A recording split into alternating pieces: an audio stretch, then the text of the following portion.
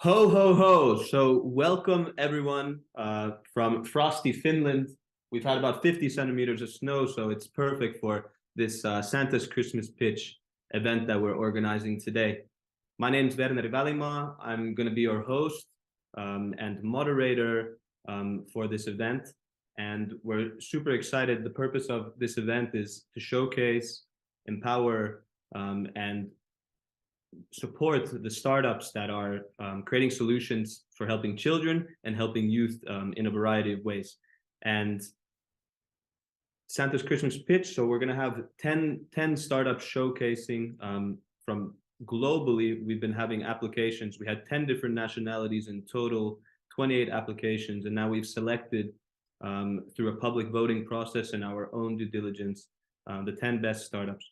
And before we get into the pitching, we're going to have a short panel with our jury members where we're going to be speaking about the importance and some of the trends happening in this kid tech space.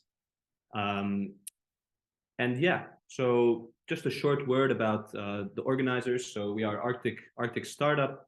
We are a media and event organizing company located in Helsinki, but also we have had offices in other countries, and now we're been operating in the Nordic and Baltic region, but actively internationalizing.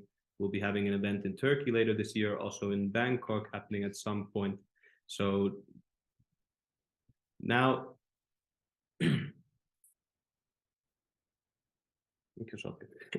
okay, and now we're going to be showcasing the 10 best impact startups that are creating solutions for children. And the 3 best startups will be selected by the jury, and they will be getting the invitation to next year's Santa's Christmas Gala. And this is organized with our co-organizing party, which is Lasten ja Nuorten Säätiö, the Children and Youth Foundation located here in Finland, who are doing different types of programs for supporting children. And soon we'll be getting into the panel, and maybe we are ready to start right now. Enes, what do you think? I will give Mikko-Pekka, one of the jury members, a moment to introduce the charity. So can you please put Mikko-Pekka and Pasi onto the screen?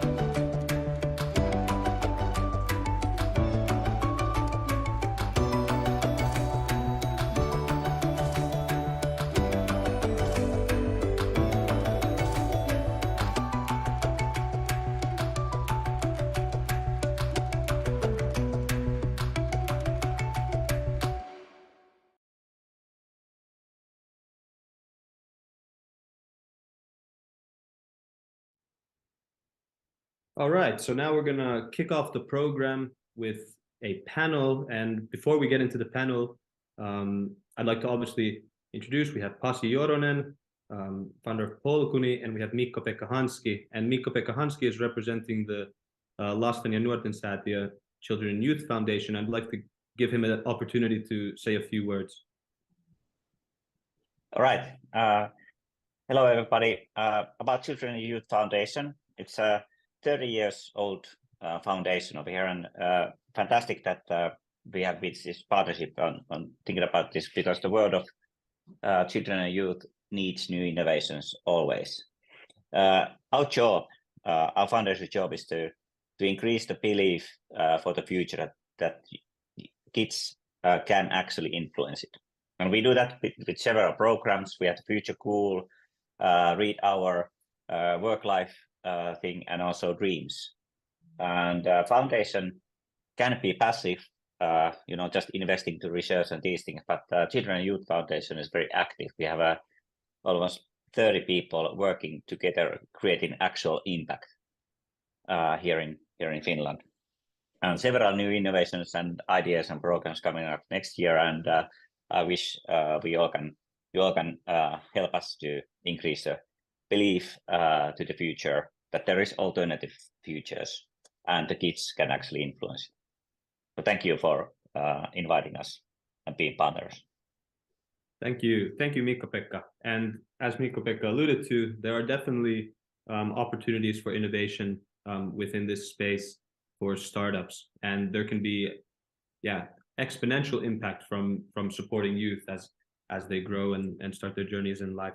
So now we're going to get into this panel talking about startups helping children, some of the trends and other key factors. So first, I'll give a quick introduction and we get into the questions. So we have Pasi Joronen. Pasi is here to help with innovative approaches to save the planet. And when he says here, I think he means on the planet, to save the planet. So Pasi Joronen has 5 teen kids, and after working in the media for 20 years, he exited the family business to establish with his kids the family office called Polkuni, from where he's helping startup founders with daily struggles in business as an investor, an advisor, and personal paths as a coach. So there's Pasi. You can give a little wave. And then we have Mikko-Pekka Hanski, who you just heard from, a father to 3 teenagers, trained as an elementary school teacher back in the 90s. Never ended up working as a teacher, as he founded a design agency with his friends, which is quite a big company at this point, Ideon. And then nowadays working as an advisor, investor, and board professional to increase good spirit in everyday life of everyone, but especially the future superstars. And that organization is called Ministry of Good Spirit. Yes. And we did have a third panelist, Mari Luukkainen from Icebreaker VC, who unfortunately cannot make it this time. And we didn't have enough time to replace the jury member or panelist. So we are left with a situation. We have, and I will acknowledge the fact that we have an all-male panel, and maybe we don't have the motherly perspective here, but I'm sure that we will be able to get by. And Mikko-Pekka and Pasi are perfect to join here. So I'll start off with just a simple one. What is your relationship to children and kids and youth? And the floor is open for either of you to start. Go on, Pasi. All right. I wanted to be creative and put my Christmas cap on since I couldn't find anything suitable. But I gave myself 2 minutes, so I'm advising everyone here. Find yourself. Challenge yourself and find yourself something related to Christmas, or whatever holiday you call it, days off. My relations to kids, they are the future. I'm already digging the grave here, helping out startups, helping out start with with the people close to me. That's 5 pieces. Helping them out to get their full potential, to teach me also as much as possible, since the only way to, and that goes also for everywhere in the world, the only way to reach parents is through kids. So the more they are involved with the parents are involved with their kids, the more they will learn. So I'm establishing that. I'm doing the opposite as my parents did or are still doing. So it's also a generation thing, which we need to, as we and the planet need our help bad at the moment. This is the time to accelerate and form new traditions in the family and new ways of reacting and being on the skin to learn and to help. And as also I don't have a watch, but I have this, which is my engagement to UNICEF. So I'm strongly strongly in the International Council. We are working on innovative aspects of how to engage teenagers and teen-related products to the market through this big bureaucratic company, you might say, or organization like UNICEF. So how can we as individuals help them to flourish and be agile and fast?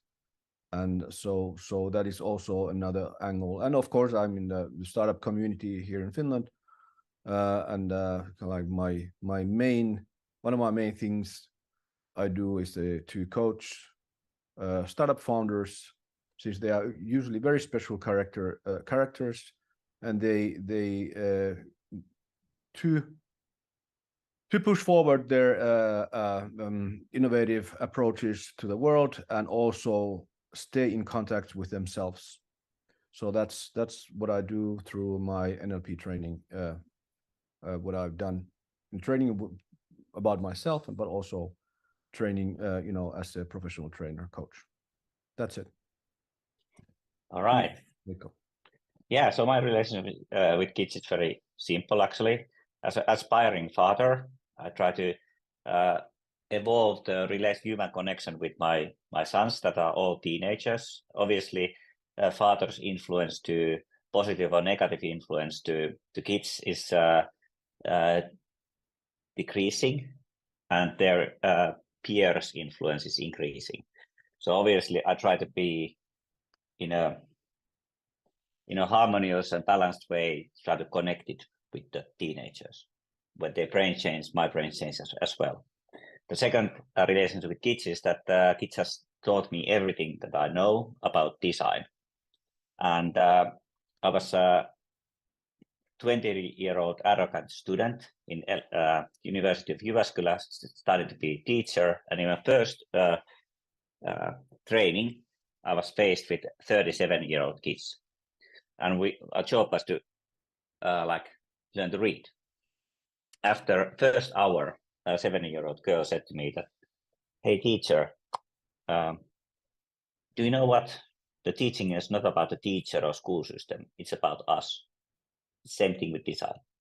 I think that so kids has one kid has with her comment has taught me everything that I know about design. My relationship is very simple and direct.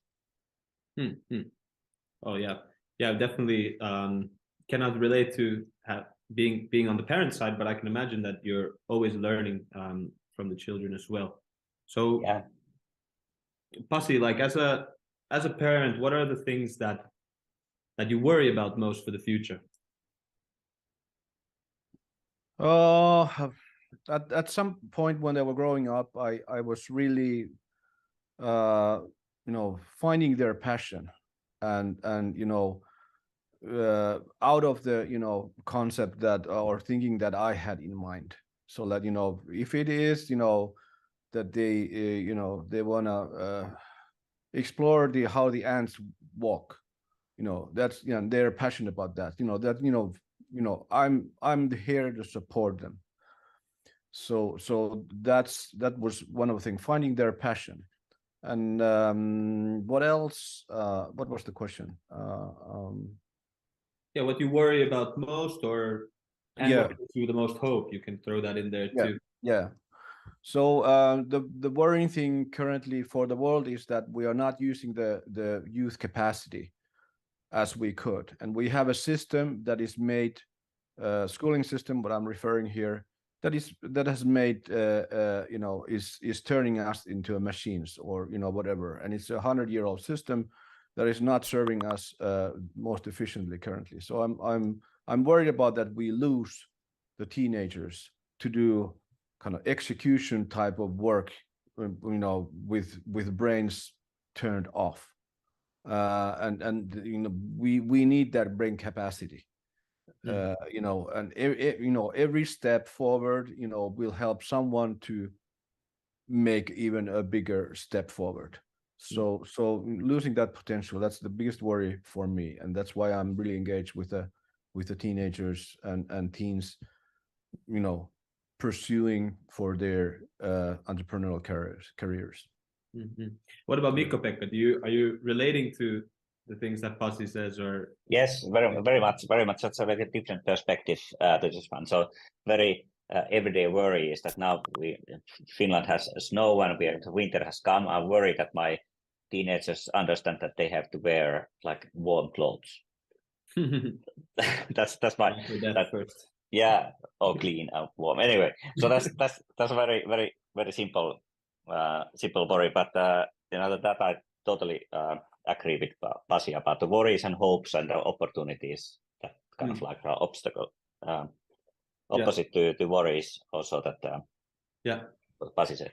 Yeah, absolutely. I think increasing youth capacity. I'm sure that there's some startups even in this event that are trying to tackle that, bring out like the best, get all that human potential and using it in the right direction for our big like macro problems. So, what about Mikko-Pekka from the perspective of an educator? I know you haven't worked as a teacher, but you have this type of experience. What trends do you see globally in children? Because obviously and if you have a perspective on that, obviously a lot of things are local, but what are the things that are changing in our everyday life that are impacting children in one way or another?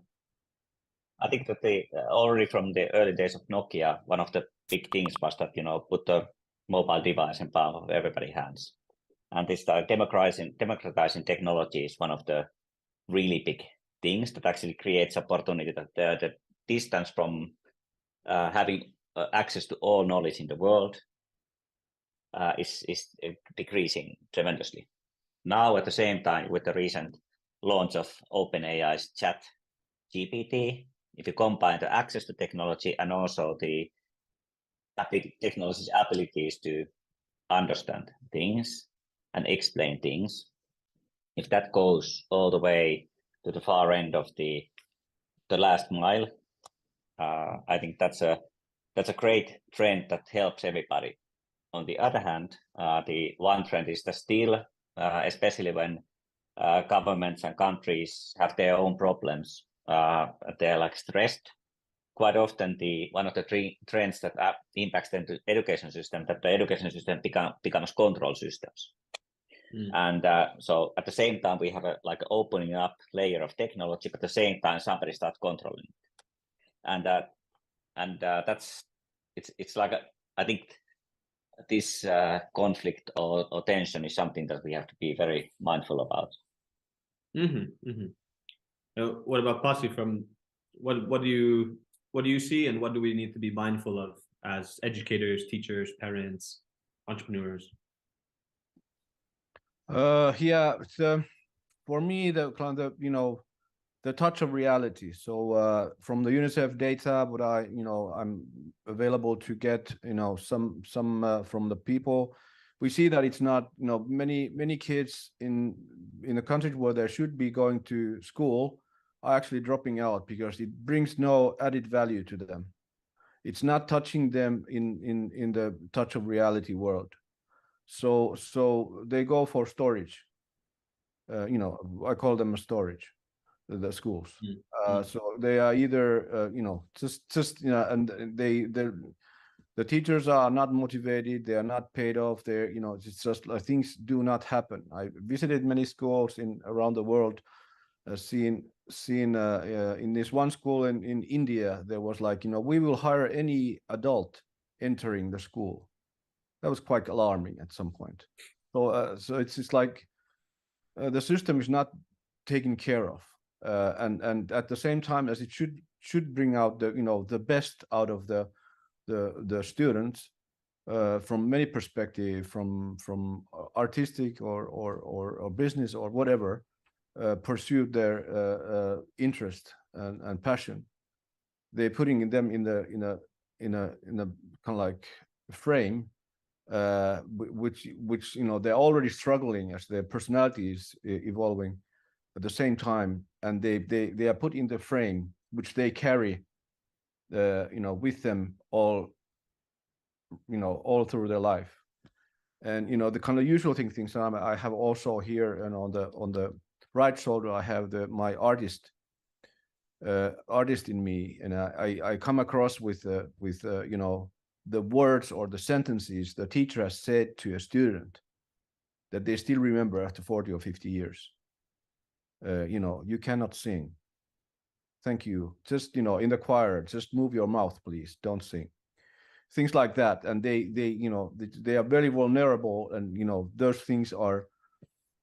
So that is something that I'm in that system. I just, you know, the teacher has, they are not always that positive from the personal private perspective. Sounds like there could be a design problem as well in that system.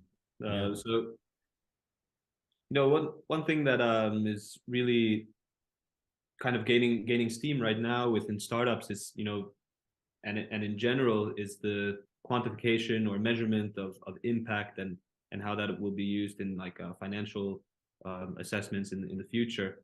But it's so hard with, you know, with quantifying the impact of helping a child, because it could be so exponential, and, you know, it can be seen so far along the way. So as impact investors, the first question would be like, how excited are you when you meet founders that are building a product to help children?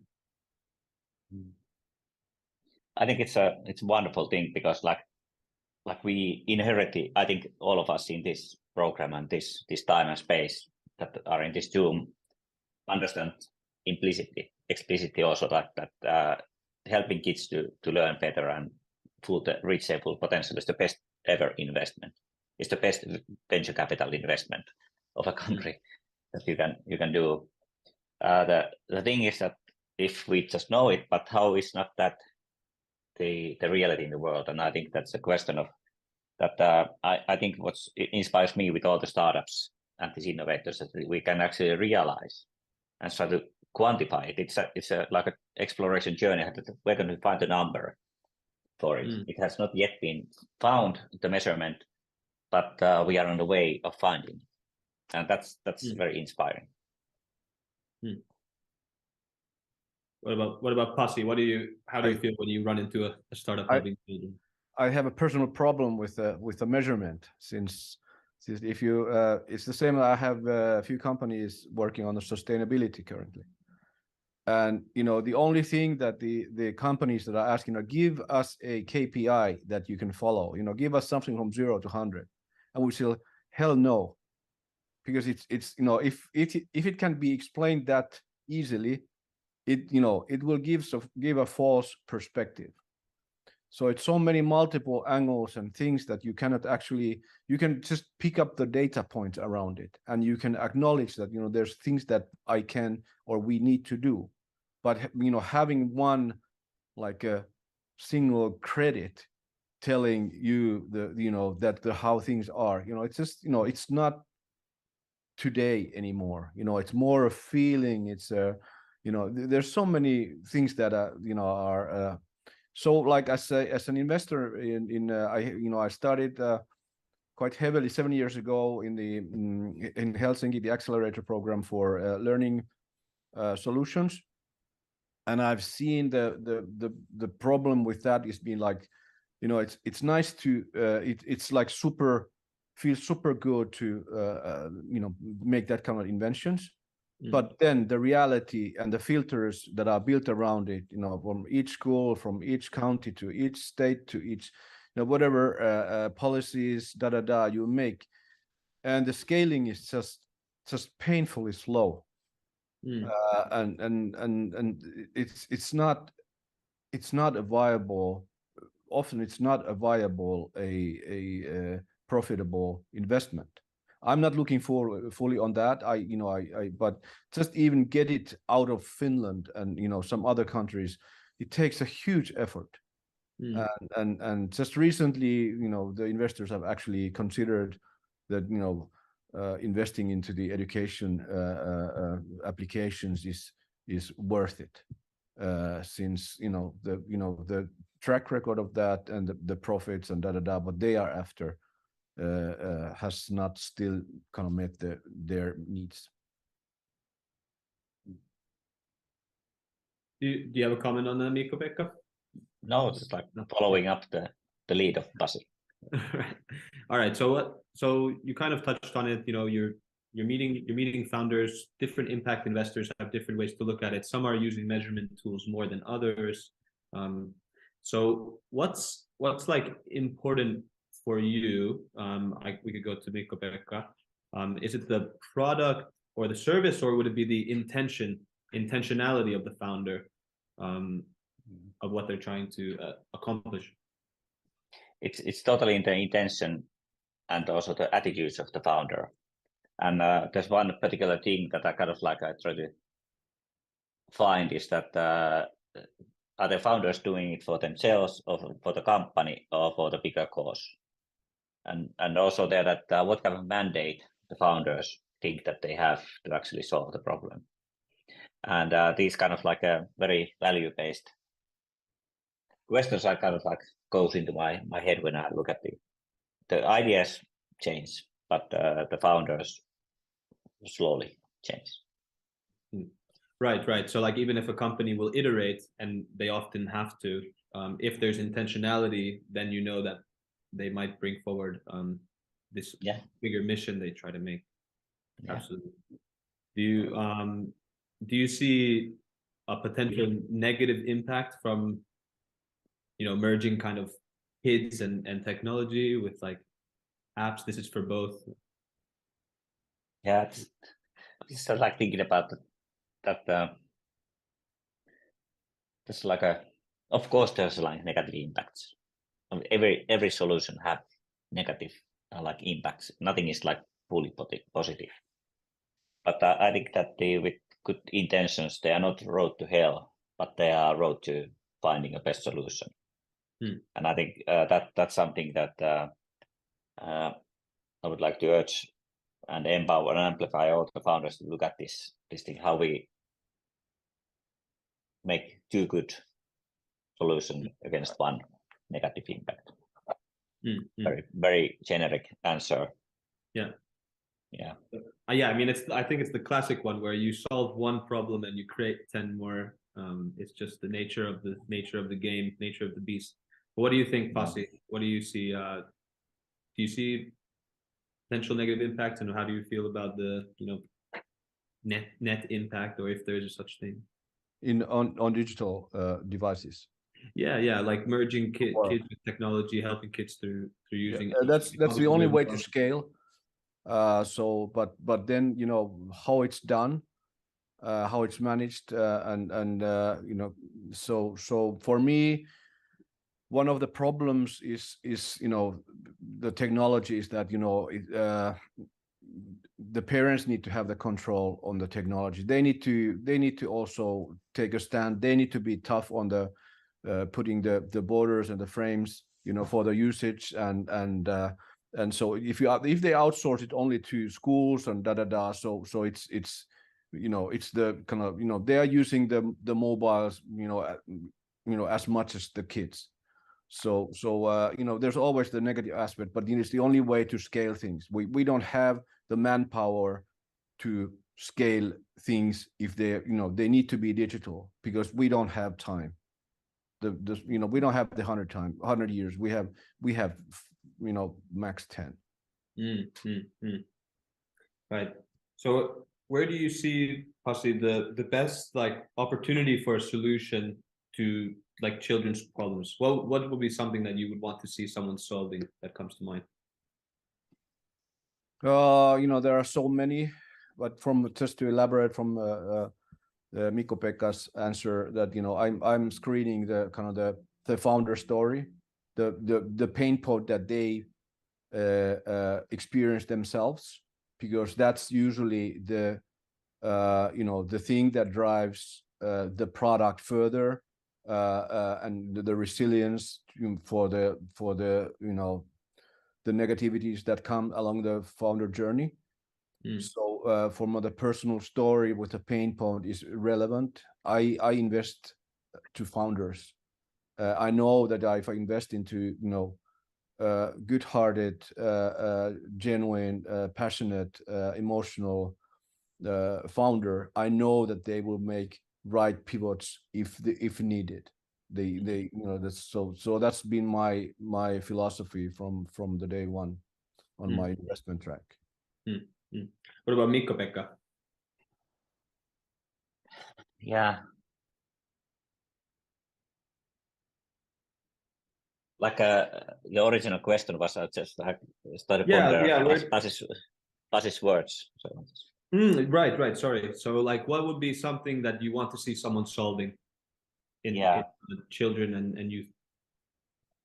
That kind of like finding the answer. I don't know if it can be found, but finding the answer that how we can overcome the human kind of like urge to create control systems, because learning is always a revolution.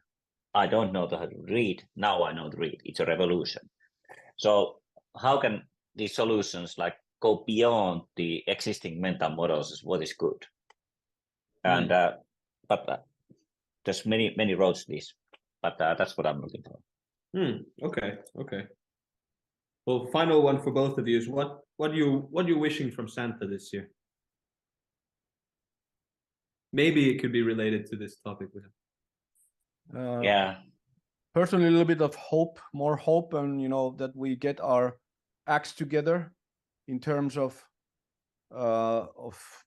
finding peaceful methods to focus on the real problems that we're facing. I'm really concerned about that, and reflecting through my kids.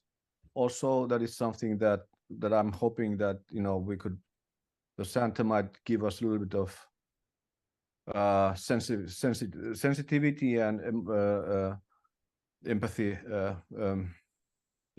during the December days, dark days here in Finland. I hope that that there's a little shift from a dystopic view to a utopic view. Little shift. Yeah, nice one. From dystopia to utopia. Yeah. I have another wish. Yeah. It's a brand that my colleague in Malaysia just launched. It's changing from me to we. Nice one. I'm thinking about, you guys both mentioned a little bit on like how your children teach you or how children do. So I'd love to see some way that we could have children teaching adults even more. And I think that's like has to come from both sides. All right. Hey, thank you guys for the panel. We went a little bit over, so now I'm going to rush into getting the pitching started, but I think we're going to be fine. We can take a minute out of the break later. So would Enes like to transition us into the first pitch? Maybe you can, or I guess I open it here. So, now we're going to start the pitching competition. We're going to have 10 startups coming. We're going to have a little break at 3:50 after the 5th startup. And Pasi, and so you're going to pitch for 3 minutes, and then for 5 minutes, there's going to be a Q&A, and Pasi and Mikko-Pekka are immediately going to give you feedback and immediately give you a score. And the two things that we're looking for today is impact and the quality of the pitch. So you'll get feedback on those two things immediately. So I'd like to welcome the first startup now, which is Kide Science, and Sari Hurme-Mehtälä is the founder there who's going to be pitching. So please bring them on.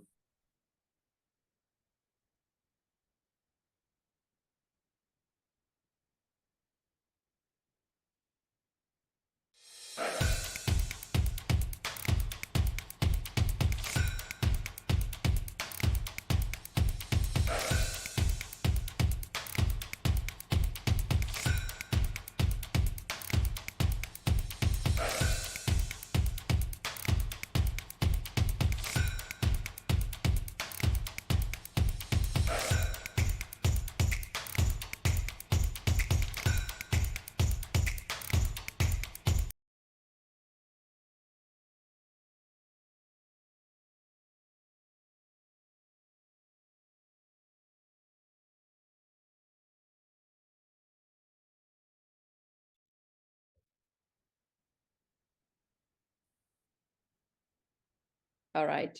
Hi, everyone. So KIDE offers a platform for early years teachers with playful and story-based lesson plans. The research shows that play promotes children's learning of many different skills. But unfortunately, play is happening less and less these days in schools and classrooms. Everyone needs active child-centric pedagogy instead of screens and worksheets. And even 20% of children have learning barriers. The teachers of 3 to 8-year-olds feel the pressure and lack of confidence to teach science, and they have no time to plan playful inquiry activities for different needs.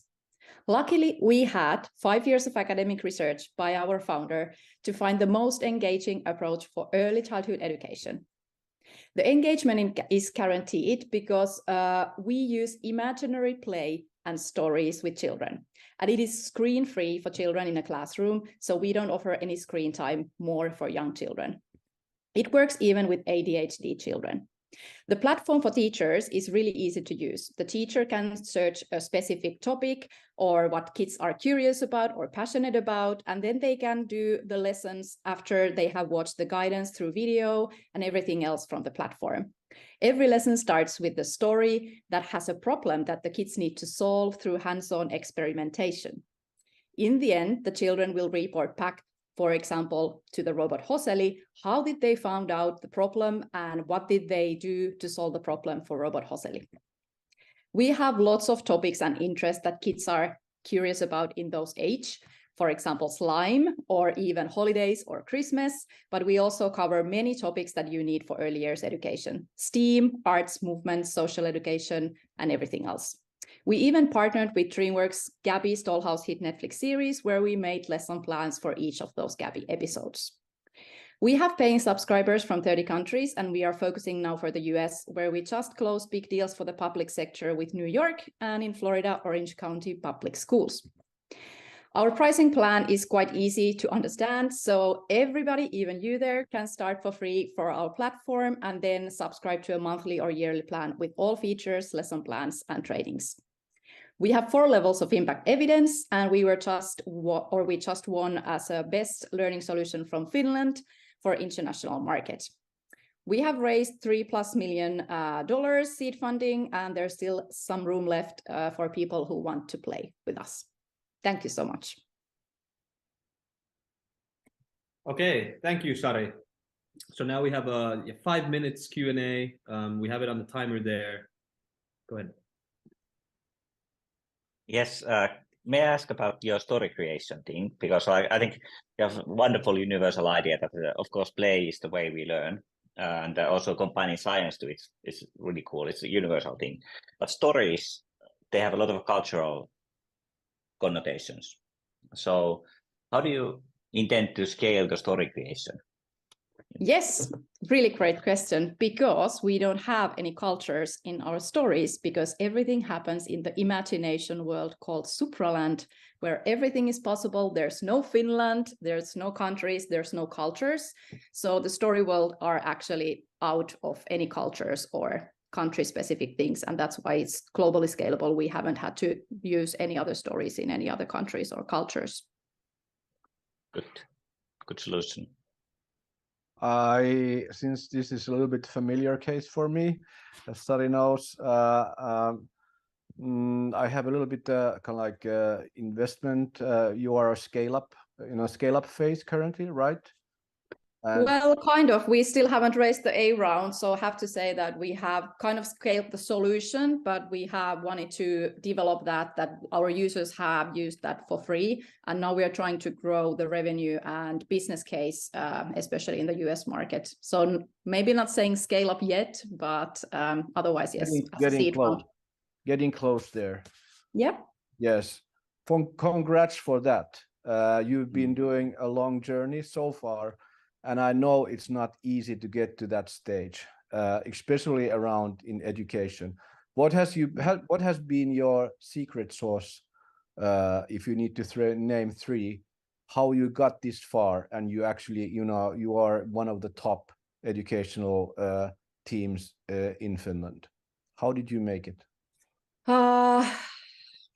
I wish I had one secret sauce to share, but for me, if I now look back, I would say like every year we have done quite big changes for the business model, for the delivery of the product. We have developed, for example, launched many things, many business models, many features, or even different distribution channels like platforms or something else. So we are iterating and almost like pivoting all the time. And the pandemic wasn't a huge help. So we have changed a lot and many times, and that has made it as a challenging part. But also we have kind of created the skin again every year like a snake in a way. So maybe that's one of the things. And then we have had the same team and core team all of the years. So I would say one key solution is like the whole team is always there to believe what we do, and they want to support us. And I feel like they are, everybody of our team are founders and really into it. So they are passionate about what we do and they want to make things better.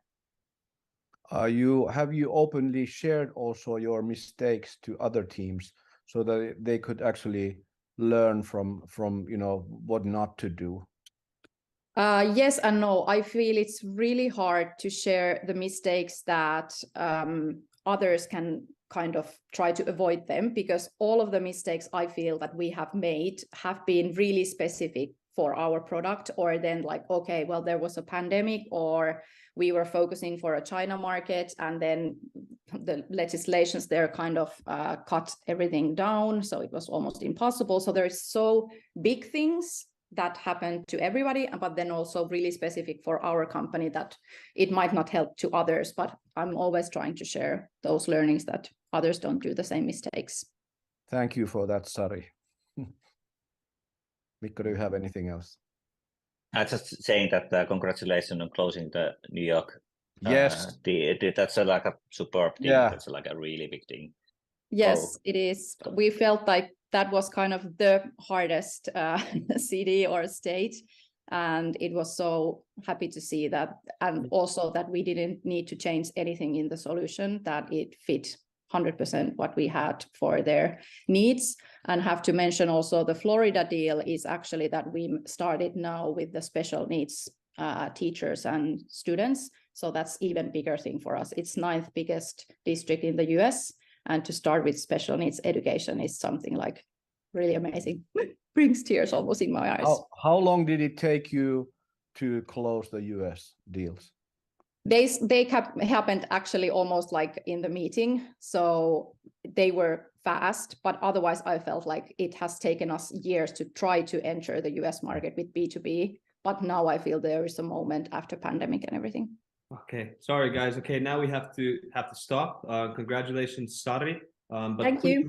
Pasi and Mikko-Pekka, can you give a score for impact and score for pitch? 1 to 5. It's like the first core thing. So I kind of like the 4 and 4 of these. Of course, there's always, Sari probably know that there's always room to improve. I also could give 6 and 6 because there's also numbers upwards coming out from there. But 4 and 4 is my current verdict of this one. But pretty inspiring. Good job. Okay. I go also the pitch.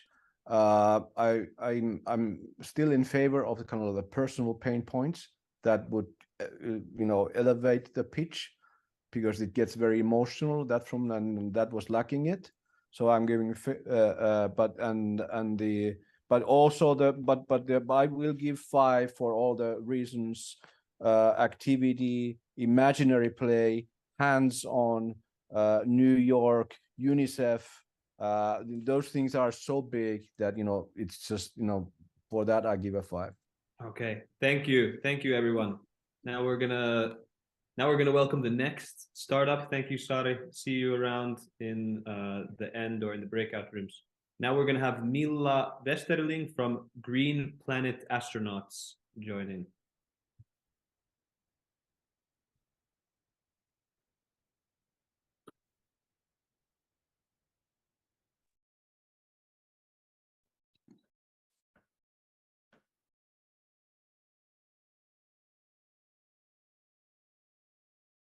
Hello. Hello. Welcome, Milla. Floor is yours. Good to be here. Let me share my screen. Can you see it now? Yes. Okay, great. So here we go. We are Green Planet astronauts, and we are transforming how kids are fed. Oops, it's not. Let's see here. Right. So the problem is parents have no idea how to get kids used to plant-based. 88% of parents would like to add plant-based to a kid's diet, but like Antti here, a millennial parent to Helmi, has no idea how to do it, and he's been lacking the tools how to introduce the taste and texture of plant-based to his kids. He knows that eating more plant-based is the biggest impact that an individual can have on a carbon footprint.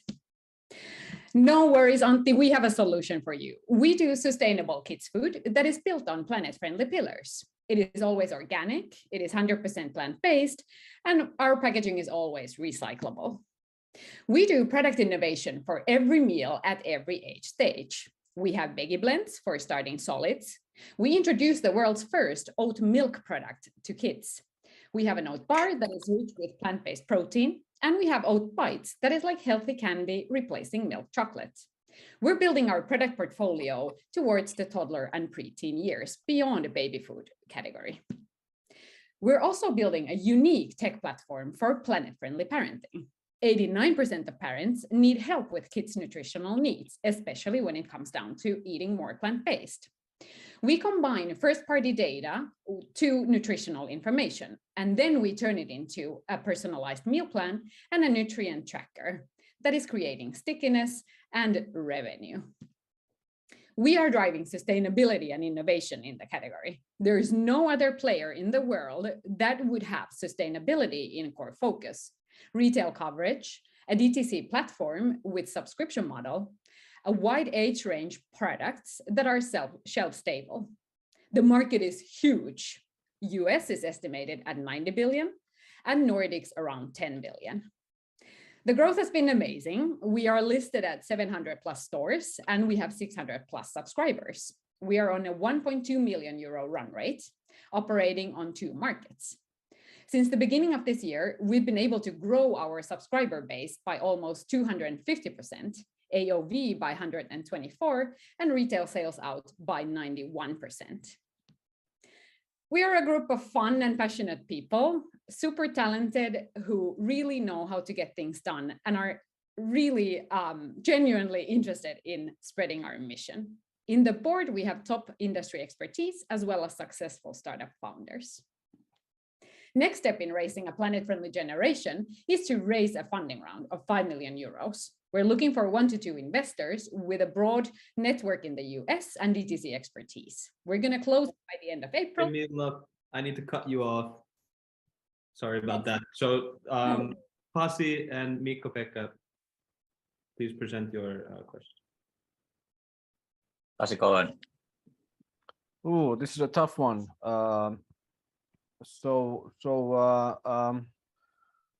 I'm very interested of the products, the tangible products. How must are they in this? Since I see that a really tough. There's tough competition. It's not easy. So how have you managed to do it, and how do you see that that's this plant-based products in your portfolio in later stage? Do you see that dominating or diminishing, or what is it? We only do plant-based products now and forever. We are not pushing fully people to go vegan only. That is not going to help the whole planet, but to eat more plant-based. And how we are going to do it is to introduce the taste and texture early for kids. And that's where we are. So is it the idea that the parents actually eat the same stuff as the kids? Ideally, yes. I mean, already now we can tell that parents are eating our products, even though we created them for kids. I eat one myself every day. So building the portfolio towards actually like later stage than just baby food, we could have the whole family eating the same meals. but essentially we are creating plant-based food for kids. Yeah, and by kids you mean that, you know, what was the age range for the, what is it kind of like introducing and then kind of hoping that they you know, what is the kind of your customer journey, you know, and wish? Our vision is to be on top of mind for the consumer from prenatal until preteen. So really from even when mothers get pregnant, we will have a product until the kids grow and start eating solids and gradually get older, and we scale with the kids to the preteen years. So for how each meal, for each occasion. So what is the kind of the dream thing here, the big picture from the family perspective, that what you're after, you know, what is it? Yes. The big picture is that plant-based becomes the new normal for kids. They grow up with the astronauts and the whole story of why to eat more plant-based since you're a kid. So you actually grow with the product and you grow with the taste and texture, and it becomes the new normal. And it becomes a new normal also in the family context. Also in the family context. Yeah. Yes. We've noticed that parents lack actually confidence to add plant-based because we still live in a world where lobbying for dairy and meat is very heavy towards the parents especially. And the whole planet-friendly parenting platform is here to help to bring confidence for parents to add more plant-based to every meal. I have a question about your branding. If you think about like plant-based food or food in general is a volume-based thing, and obviously you want to be in a volume business. If you think about like music, every day there's 100,000 songs published out of there, and it's a branding. What song people start to listen to and sing along? And I think your song, the Green Astronauts thing, is something that people should be singing. That yeah, I'm gonna buy this every Monday from the grocery store. So what's your idea about like evolving the brand in a way that it's actually a hit song in all over the world? Good question. Well, the brand is created by the marketing agency of Oatly. I called them up immediately when I had the idea that we actually need to get kids used to the taste of plant-based, but we need a very good story for the kids to get them inspired, first of all. I called them up, the marketing agency of Oatly, and they loved the idea and created a brand that allows us to actually stay with the kids for a longer period of time than just for the baby stage, and to actually be able to tell the story to the kids, how our planet looks like from space. Yeah, that level of branding, I think it's needed still, and I think just like good job on getting this far. But I think you have some hit songs still coming up. Thank you. We're launching new products all the time, from 10 SKUs per year to 25 SKUs per year. Got it. All right, that's the time. Maybe Pasi and Mikko-Pekka, you can give scores quickly, just saying them out for impact and pitch. I have a impact on. I have a 4 on the impact, and I have a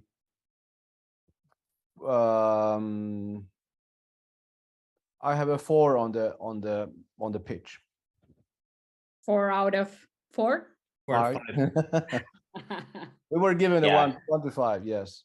Yeah, I would say that I would give 4.2 for the impact, 4.2 on the impact, and 3.8 for the pitch.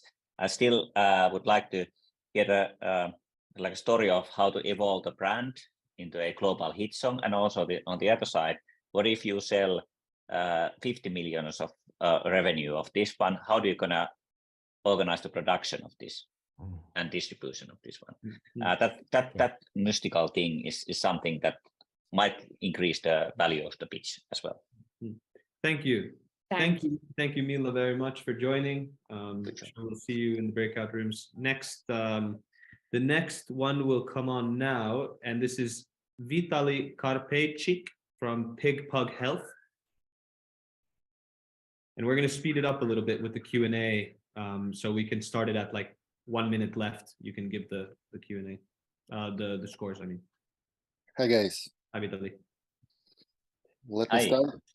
Yeah, floor is yours. You can share your screen and Start pitching whenever. Yes, thank you. Hi everyone, my name is Vitaly. I'm a CEO and founder of PickPack Health, and we work on AI drug-free platform for kids with attention deficit and for autistic kids. Why is this too? Because in more than 50% of cases, autistic kids have some attention deficit signs. On the flip side, in more than 25% of cases, attention deficit kids have some autistic signs. And there is a statistic, these kids have significant challenges in real life, in socialization, in impulse control, concentration. And our mission is to help kids with attention deficit to be more socialized, productive, to live a better life. And this is my personal story. I have been struggling with from autism and ADHD since 6, and I decided that mission of my life will be to help these kids. Right now, there are 3 main ways of treatment: medication, psychological and behavioral interventions, and solutions based on neurofeedback. This is our solution. We provide neurofeedback ongoing therapy under tutor supervision. It consists of 4 parts. It's a telemedicine online platform. It's AI diagnosing. We have designed special headset for sensitive kids and neurofeedback games. This is our product development. We have done more than 7 rounds of prototyping. We're collecting data sets for AI. We're developing games and platform. And by the way, we're ready for pilot manufacturing of our device. How does it look like from the child's view and tutor's view? Generally speaking, child just playing games with the power of their brain. At the same time, tutors provide some like tips and tricks. We have a proof of concept. More than 40 kids participated in our basic course, more than 400 neurofeedback sessions. An early study with working prototype shows significant results for attention deficit and for ISD, autism spectrum disorder. Competitors. We have our main competitive advantage is we have a complete solution. We have a unique combination of hardware and software, and our AI algorithms based on more than 20 years of experience with the clinicians in neurofeedback. Business model, we called it B2C or collaborative business model. Growth will be built on low-cost device plus recurring revenue from subscription. We have to say that we want to make neurofeedback as affordable as possible for any US and world family. We have 3 plans. You could see the prices. It's a US market. Sorry, but I have to cut you off at this point, so we can continue with the Q&A. I don't see the timer, by the way. Oh, you can't see it. Oh, yes, it's for some okay. reason.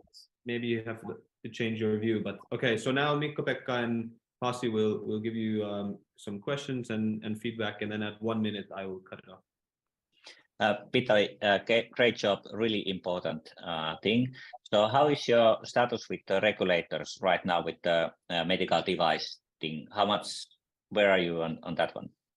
Yes, we have some contacts with FDA. By the way, we relocated to United States, and right now we work in United States and on United States market. We want to get the FDA approval using 510K protocol, medical device class 2. Using this kind of FDA approval, it's possible to enter Europe market. So are you now on the process of getting that approval or starting? Yeah, we are preparing the documentation and for applying for 510K. We already know our 510K.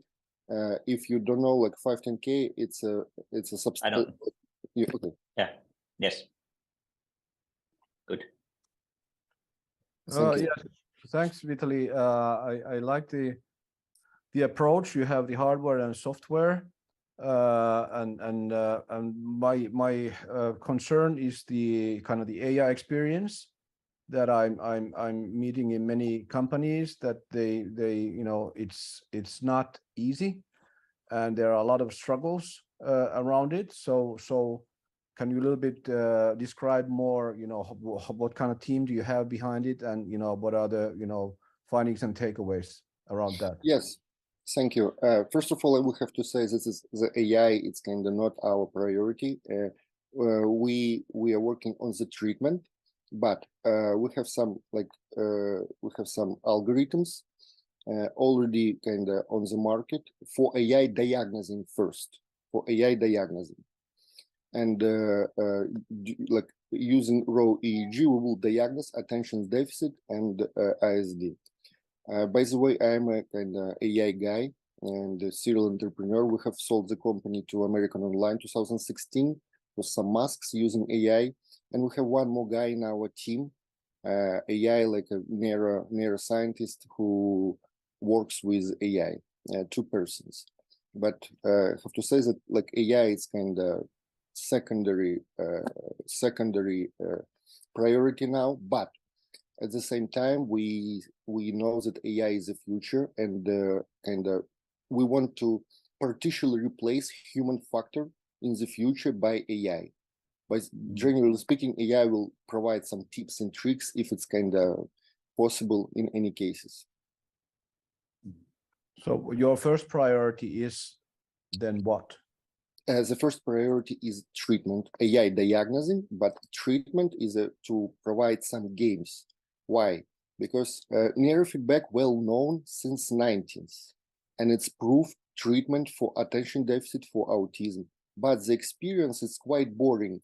It's a helmet with a lot of wire, gel, like it's impossible to do with kids with the ISD and attention deficit. We have developed the headset comfortable and affordable, and we want to provide very, very interesting content based on 20 years of experience, just to avoid some boring experience for kids. Can you a little bit tell us about the content? How do you make them? If that is your priority one. Yes, that's a kind of our key feature. Even someone wants to repeat our device because we have spent like 2 years to develop this form and shape a lot of prototypes, but the content is very, very unique. We have a co-founder, Juan. He has a clinic, neurofeedback clinic, with 20 years of experience with, and we are developing these games and content according to his experience and my experience as an autistic child. Okay, Thanks. now Pasi and Mikko-Pekka, thank you, Vitaly, very much. Can you give a score of 1 to 5 for impact and for pitch? I would say that I need to be like conflicted on this one, because like from impact 3 and 5 at the same time, I don't know what to do about it. Because and for the pitch, I think I give 3, because I think that the documentation of the idea about how much the patents, where the patent on IP right now, and also the FDA approval, they're a little bit. I think it's, your solution is very much dependent on actually the FDA approval and also with the IP strategy as well. So, but yeah, the patent has been filed. Yeah, great job, but this my kind of like thoughts. Okay. Yeah, I have a 3 on pitch, when I value very much that you share your personal story related to that. It's very important and gives and the impact. I know that it will be, since I'm not an expert on the kind of like your focus area. It's hard to judge, but it is something that can be very profitable also. Since there's these like minorities, there's usually money available from different sources. So for them, I give a 3 also. Perfect. All right, thank you. Thank you, Mikko. Thank you, Pasi, for leading. Good job, Vitaly. Good luck. We'll see you. Good luck. Yep. Now I'd like to welcome the next pitch, and this is going to be 2 people joining us, 2 co-founders, Pete Reed, or I assume they're co-founders, Pete Reed and Leila Kuja-Walker with Persona Education. Welcome. Floor is yours. Hi there, thank you. Hi. How are you? Fine, thank you. Good. Good here. Just share our screen. Are you seeing the screen okay? Yeah. Great. Can we start? Thank you. Persona is the only life skills learning platform with a personality insights approach at its heart. We're a UK-based EdTech impact startup on a mission to help schools boost young people's well-being and employability. I'm Pete Reed, co-founder and CEO. I've used a behavioral science personality insights framework to help build several businesses over the past 25 years. Persona was started with the idea of adapting this powerful thinking tool to help our teenagers navigate their life journeys. Hi, I'm Layla Walker. I'm an educator and co-founder of Persona Education. A major OECD survey shows 15-year-olds worldwide reporting shockingly 30% lower social and emotional skills than 10-year-olds. And this has a major impact, not only on student well-being, but on schools, universities and employers. And these problems will cost £9.8 trillion globally by 2030.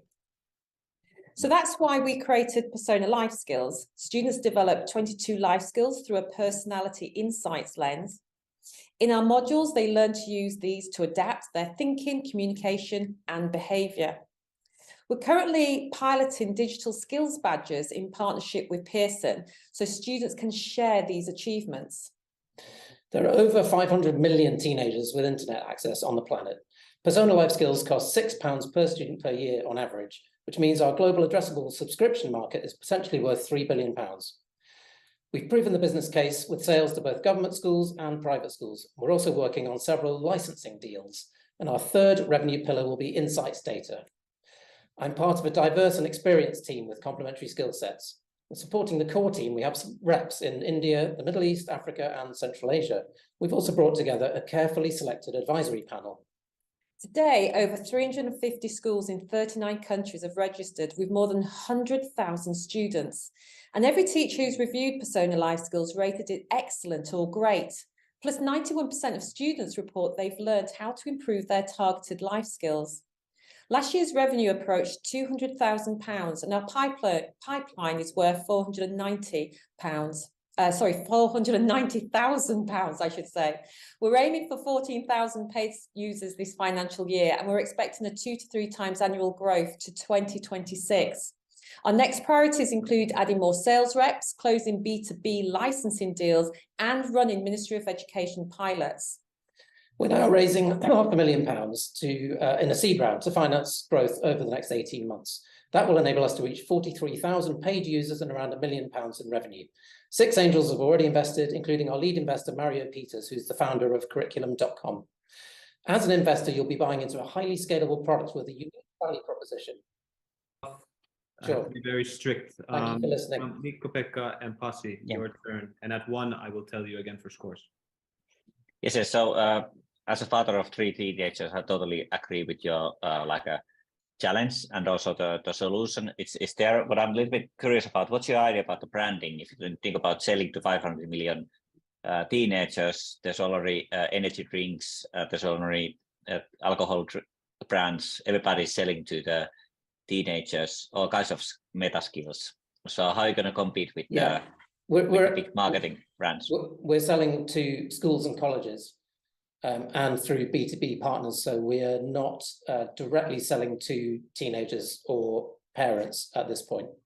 Yeah, and to say that Pearson has also a problem of selling their content to the teenagers as well. It's like a generic. So just thinking about your, like, how do you communicate this in a way that it kind of like levels in a selection process of a teenager? Is it a good or bad thing based on when you're competing with the brands that have 100 million of marketing budget for one country?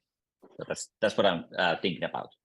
Yeah, part of this is, and as Pete said, because we're working through schools and colleges, one of the reasons for working with Pearson is their accreditation arm. You know, they are, they have millions of students who are following their accredited courses, and they are the carrot at the end of their school and college life to get them into employment or training providers.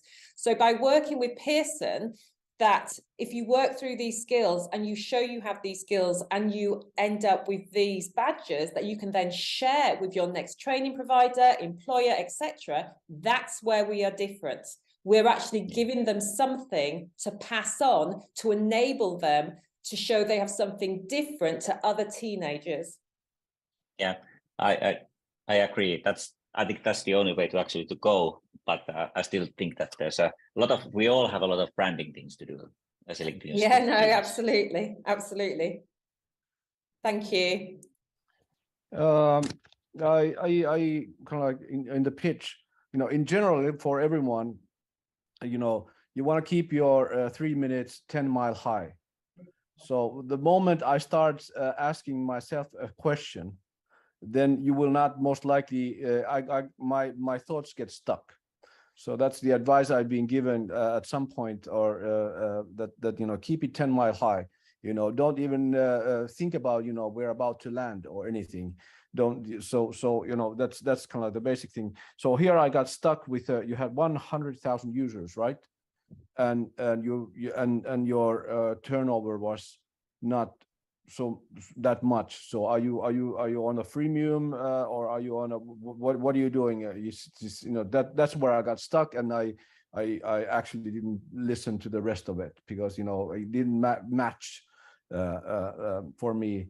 Then my question probably would be that, you know, what are your expectations since you mentioned the Pearson collaboration? What are your expectations from them, since I've experienced that through my companies also being not so easy track? So a little bit elaborate on that. And then the other thing that I'd like to hear from you is like, how about B2B2C track? Okay, shall I go for the first two? You Yeah, go sure. Yeah. Let's remember the first one. So yeah, so apologies there. It is a freemium model. So we have our schools use it for a 3-month period before deciding whether to go onto a paid subscription, or there is a free account option as well that they can continue on. So that's the reason for it apparently not matching, but it's because it's a freemium model. And education sales cycles, as you will know, take longer than others.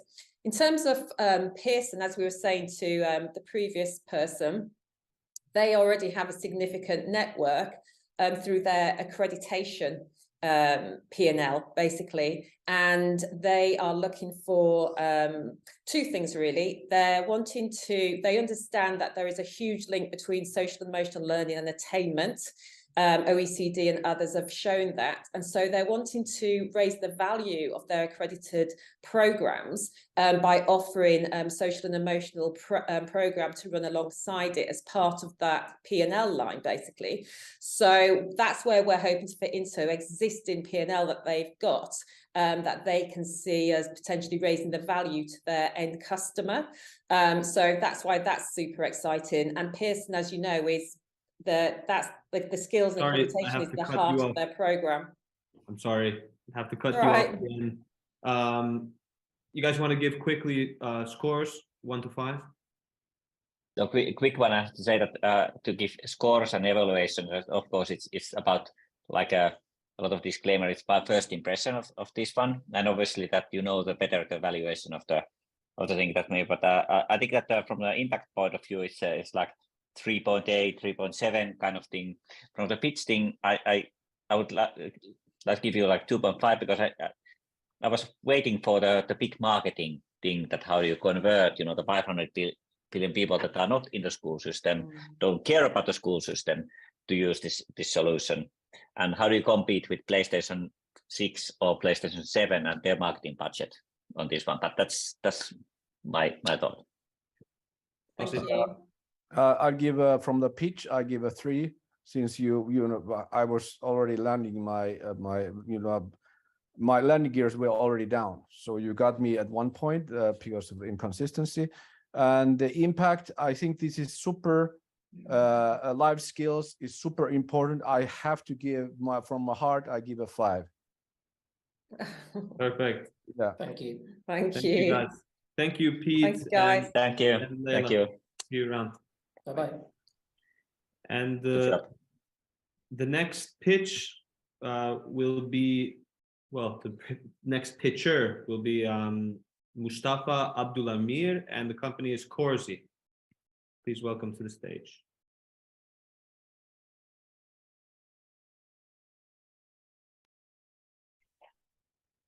Hello. Hey, Mustafa. Hello. Welcome, Mustafa. Floor is yours. Share your Uh, screen.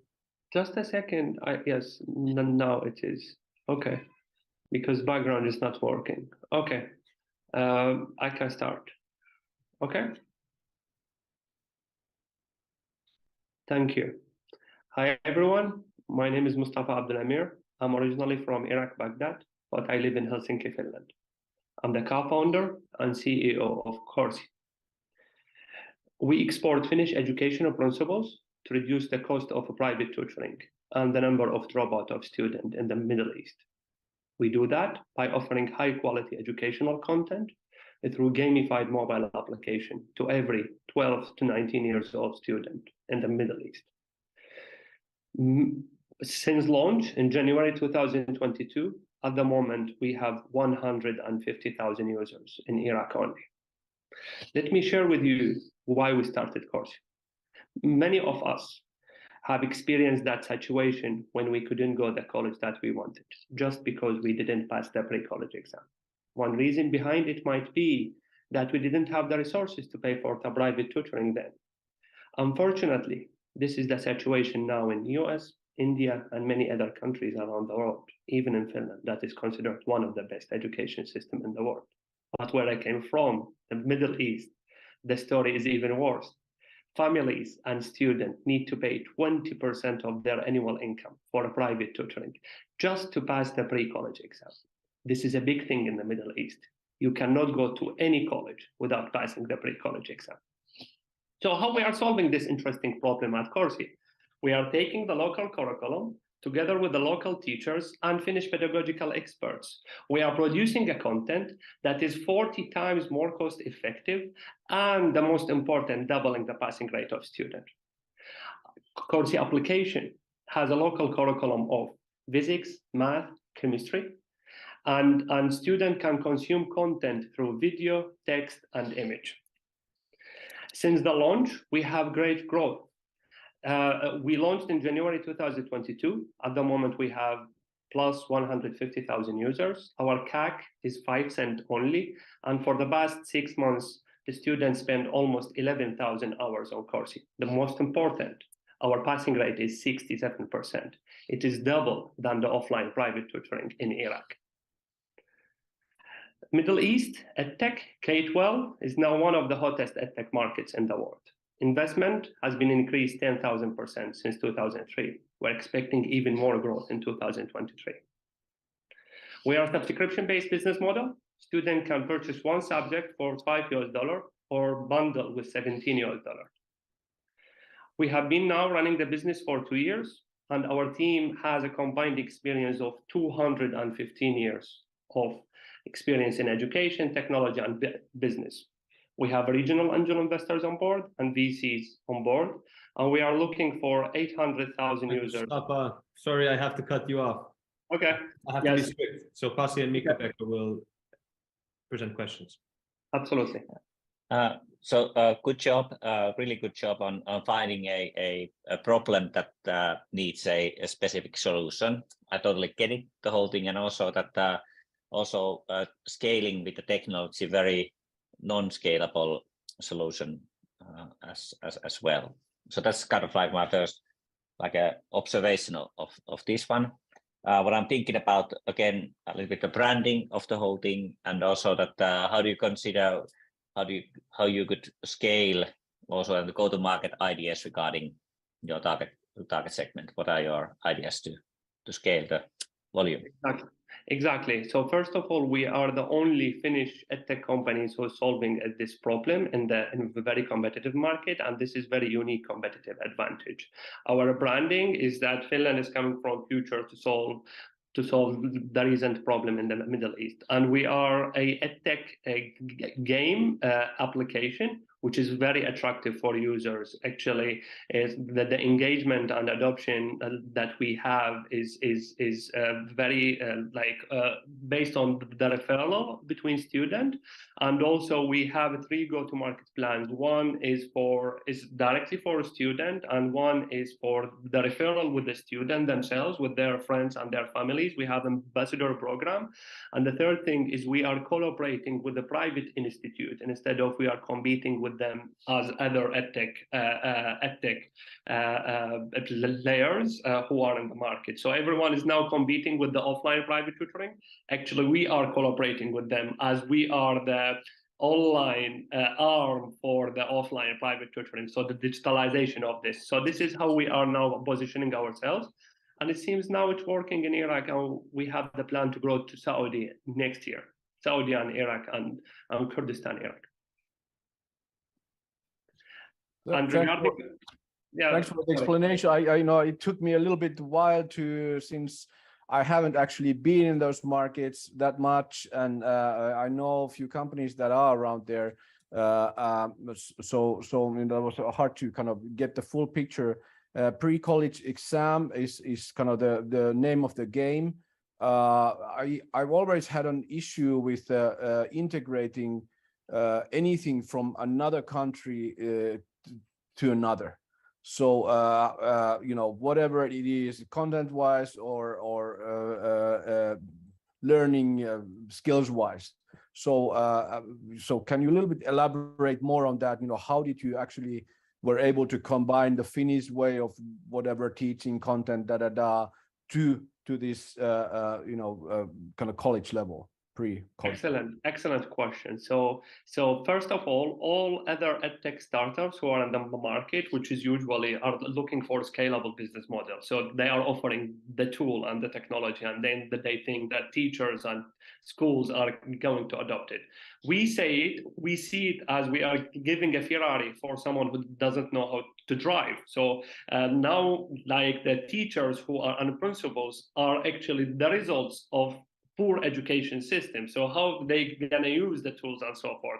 So this is one thing. Then the second thing, what we started is we didn't export only from Finland. So we are working very closely with the local teachers, and we have our learning director, Satu Järvinen, has been teaching all around the world. And we together designed what we call Corsi learning experience. It's an innovation that how to deliver local curriculum based on micro-learning, whiteboard, storytelling, and gamification. So this is the innovation. At the moment, we can take any type of content and deliver it based on that. And this is the customization. We have 6 weeks of a training for teachers before they start anything. And we have weekly continuous learning sessions with them in order to make sure that they adopt the whole learning experience. Thank you. Now I got the picture that should have been there in the pitch.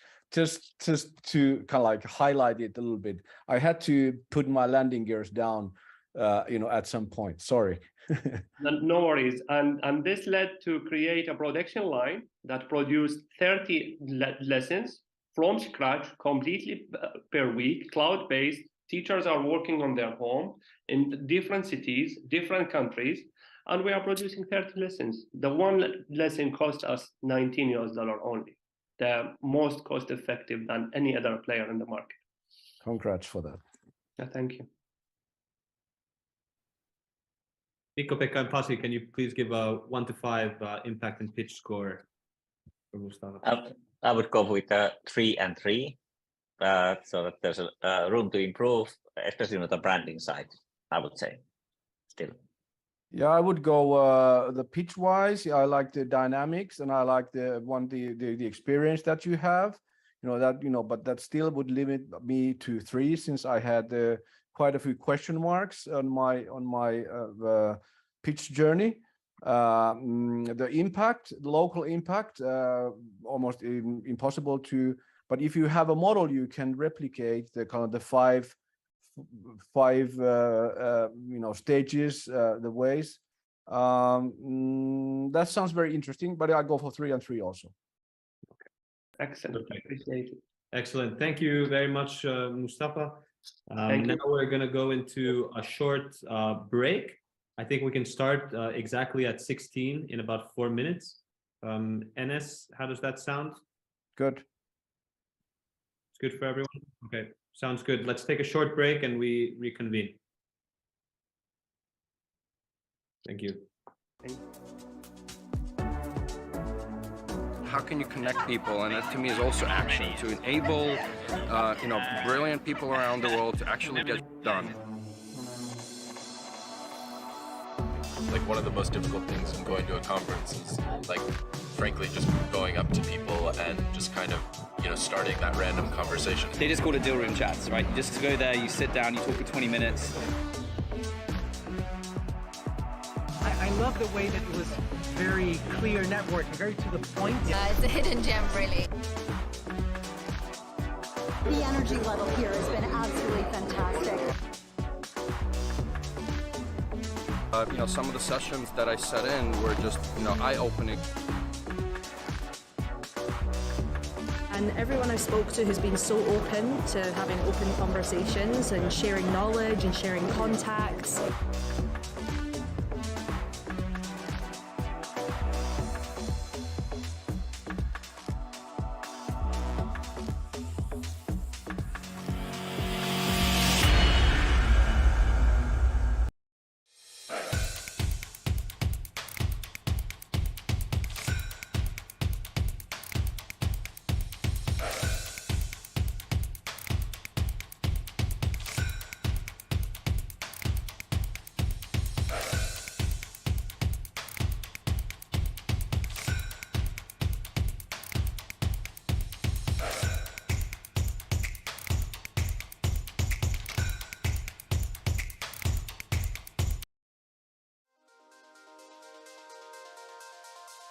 Nordib is organized because the world is facing huge challenges and we need solutions, and those solutions come from the science-based innovations and inventions, and we need to bring them to market, and that's why Nordib facilitates putting the business and science together.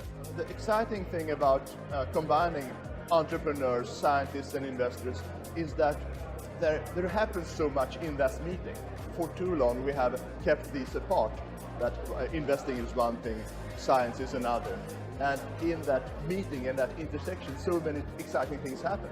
It's seldom I'm in such energetic conversations with people as the conversations that happen here, between scientists, meeting capital, meeting entrepreneurs. So there's so much energy created in these meetings. First of all, it is exciting to see that there is this opportunity for mission-driven entrepreneurs to come and in this region to see what is happening. This is not a common thing to do, to promote deep tech on a private level. It's great to have it here, and all those people who are willing to share ideas, discuss things, and implant the seeds of future deep tech potential. When you are tackling the problems of today, you are tackling them from the scientific point of view. But many times for the VCs, you actually have to hide that and talk about the business opportunity only. And I think it's great here that people actually ask you about the science. They want to know the details about things. And of course, you talk about the business opportunity, but the science comes first. And I like that. It's been inspiring to see how open the community here is. I definitely would recommend for younger people to come here that are interested in startups or have deep tech interest and want to connect with lovely people and understand more about deep tech. This has been a very anticipated event that brought together business and science together in the same place, which was something very needed. Ojekunle from Odemi. So floor is yours. Hi everyone, good afternoon. My name is Okpemi and I'm the founder of Odemi. Do you all remember what happened in 2020 when COVID-19 reared its head? Working from home became the norm and schools had to move to remote learning. And when that happened, communities had to adapt. Unfortunately, statistics shows that 3 out of 4 children globally do not have access to e-learning resources that could improve their learning proficiency. In Nigeria alone, over 50% of Basic 2 students cannot perform simple addition, and that is very sad. So Odemi is solving this problem by providing access to affordable e-learning experience for African children to improve their STEM proficiency. We offer self-paced learning and live classes that can boost learning proficiency by over 40% at pocket-friendly rates. Our team has the academic achievements, experience, and expertise to tackle this problem. Myself, as the founder, I have a PhD in STEM, and I am an educator for over 7 years now, teaching STEM subjects. And my co-founder, Bayomi, was a computer science teacher for over 5 years in Nigeria. And he also has experience building software products at top technology companies in the United States. Currently, he's enrolled in his MBA class at the Texas McCombs School of Business. $22 billion. That is Africa's projected edtech spending by 2026. We know there's a market for e-learning, and our target is to capture over 20% of market share in the STEM learning segment. So we specialize in STEM learning with a focus on the K-12 market segment in order to differentiate from our competitors. So currently, access and affordability are the core of our business. We offer learning experience that help our users reach their goals and generate revenue from 3 different offerings. Our go-to-market strategy focuses on people and partnerships. So we partner with schools, corporate organizations, and sell directly to customers. Currently, our platform serves over 3,000 students, and we're on track to reach 5,000 students by the end of the year. Over the next 12 months, we're looking to educate over 50,000 children in Nigeria. Currently, we are raising $300,000 in pre-seed funding, which will go into customer acquisition, content production, and to build premium features. Join us in our quest to build STEM skills for African children. Thank you. Excellent. Pasi will present questions. I have a few tough ones to start with. All right. As I'm also, I know a little bit of the educational background as I'm active in with UNICEF. How do you deal with the online and offline issues, and then also the what kind of level of mobile phones can access your system? Since, you know, let me take an example of, you know, like 2G is, you know, okay. All right. Thank you. Thank you. In the African countries. So, but just like just focus on the technical problems first. Right. So good question. So currently we have our product online where students can access it on feature phone. And this is possible because currently in Africa, everyone, I mean, basically everyone, based on the research we've done, have access to a feature phone that can access either Facebook or Instagram. But our content are produced, you know, with the ability to use just low speed internet. So if they're able to go on Instagram or Facebook or YouTube, they are more than able to use that same phone for our content. So they really don't need a laptop or iPad because we don't even want the kids to be exposed to that yet. So just a feature phone is enough to get access to our content on our web. All right. It's good that you're taking that in consideration, since that's Right. a must. Yes. How is your credential system right now? That if a student goes through your courses, what kind of external or internal credentials you're providing? Right. So when students go to our program, before they start, we like to know a baseline, have a baseline to measure their progress. So we do like a basic test for age appropriateness based on what they have been taught in school. So after 6 weeks, we do another form of assessment, right? So, and that is for those that are learning on the web app. Another part of our offering is our live one-on-one classes where we do a cohort-based learning. So after every 6 weeks, the children tend to do a form of competition for maths, and in the STEM, I mean, the coding class, they do a coding challenge. So with that, we measure how much impact we've been able to make in 6 weeks.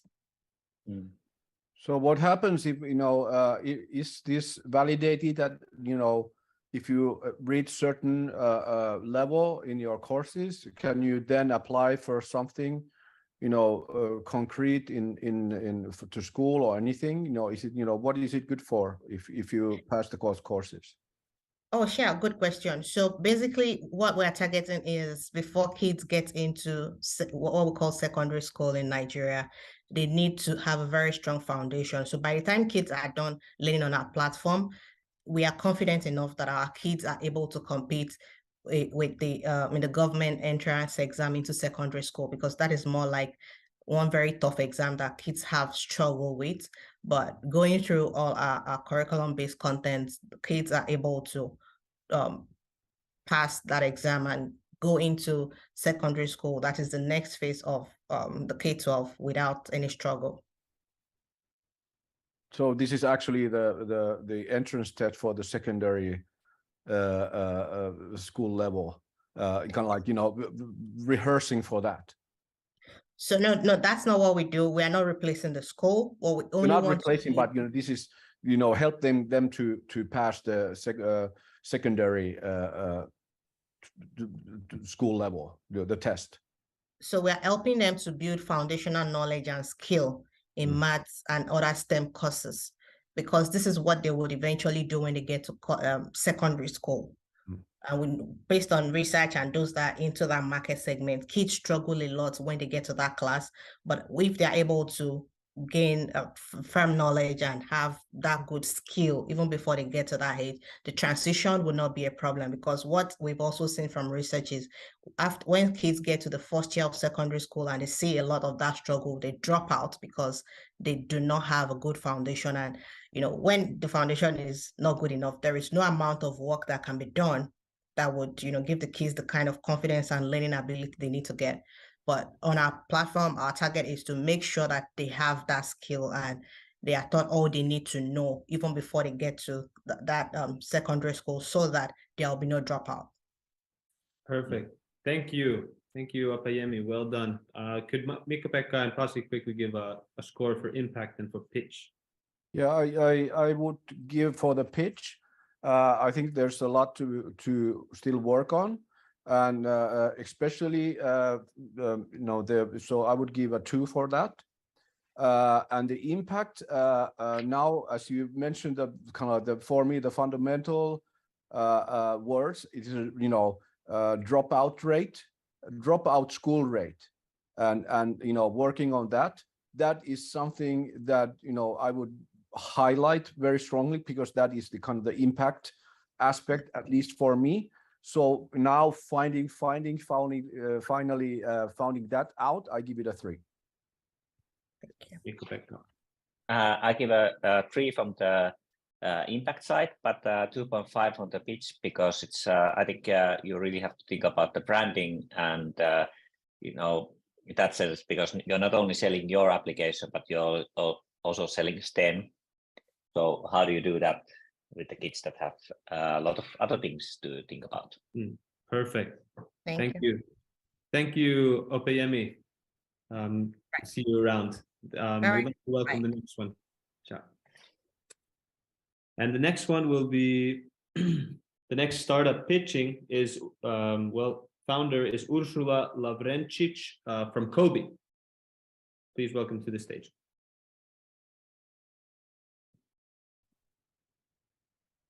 Hello.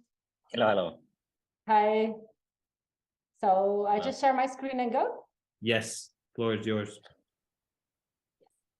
Okay. Good. Is everything okay? Yes. So, hi, my name is Ursula. I'm the co-founder of Kobe, and we help children with dyslexia learn to read. Now, learning to read is always a challenge, but for kids with dyslexia and ADHD, that's some 25% of the population, it's a seriously painful problem. Parents of these kids witness a horrific transformation when they send their children to school. I know this very well because I've been there. But I also know that these kids can efficiently learn, but they need to be reading, preferably reading out loud 7 minutes every day. And for kids with dyslexia, it's really, really, really hard. It feels like this. But when we give the brain extrasensory input, it becomes easier to decode. We created a solution that combines efficient techniques and fun content in progressive difficulty and spice it up with celebration of success. It's a perfect mix based in the science of reading, and it has been professionally validated. But we didn't build Kobe for schools. We built it for parents, so they can help their kids immediately. And there is a gap in the market for this population. a 2 billion MRR gap, to be exact. We could help 31 million kids localizing in just 5 languages. EdTech and edutainment markets are growing rapidly, and we want to put dyslexia and COBE clearly on those growing markets. It's a crazy mission, I know, but I'm optimistic because we have an MVP on the market that people use and are paying for. But more importantly, I have proof that I can bring people in the product 8 times as cheap as the benchmark. So how come? There is a bunch of solutions set to entertain kids once they know how to read, but not many are biting into the difficult problem how to get them reading in the first place. So besides building the MVP, we were also building relationships and domain authority. We were selling the product since the prototype. The traction on all metrics is starting to show. And we have plenty of ideas on how to fuel the growth in the future, both through organic and paid channels. Not only ideas, but also a concrete long-term vision, with a short-term plan focusing on 2 objectives, which is traction and funding. I have a diverse, resilient team, and we believe in COBE. That's why all of us went full-time April this year, and that's why I'm willing to bet the best years of my career on this project. But obviously, our dedication and grit alone cannot crack the global market. So here is my ask and your opportunity to contribute that a bunch of kids grow into happy and healthy adults. Teddy bears and other stuffed animals, and then Lisa remembered. Oh, perfect timing. Well done, Ursula. Now it's Mikko-Pekka and Pasi's turn to have questions. Should I stop sharing my screen, or how do you? Oh, I already did. I think, yeah, thanks. Yeah, first of all, I recommend you to look at Children and Youth Foundation and read our campaign. So it's on 8th September every year. We want to increase the kids to just read, and I think this is one of those things. Let's connect on that one. I'm happy to connect you with that. Please, what's yes. your kind of like the methodology? Is there like IP in your methodology? Like, so the IP part is the content, because content is a crucial part. Yeah, content has to come in small chunks. It has to be entertaining, obviously, but especially for English, the vocabulary has to build in a certain order. So partly the idea is to build the IP on the content. The methodology itself, it's more or less the already proven methodologies put together and digitized in such a way that they're accessible and very intuitive to use. So there is no really possibility to patent anything. But yeah, so the IP, of course, on the content, it's possible to. Okay. Do you have any like a measurement of the impact of your thing compared to other methods? Yeah, so right now we are measuring the fluency, and the idea is that with the next feature release, when we will be also have implemented voice recognition, that this efficacy study will be built in the product, so that we will be able really with a lot of data see what is progress. But of course, we know if kids practice, they progress.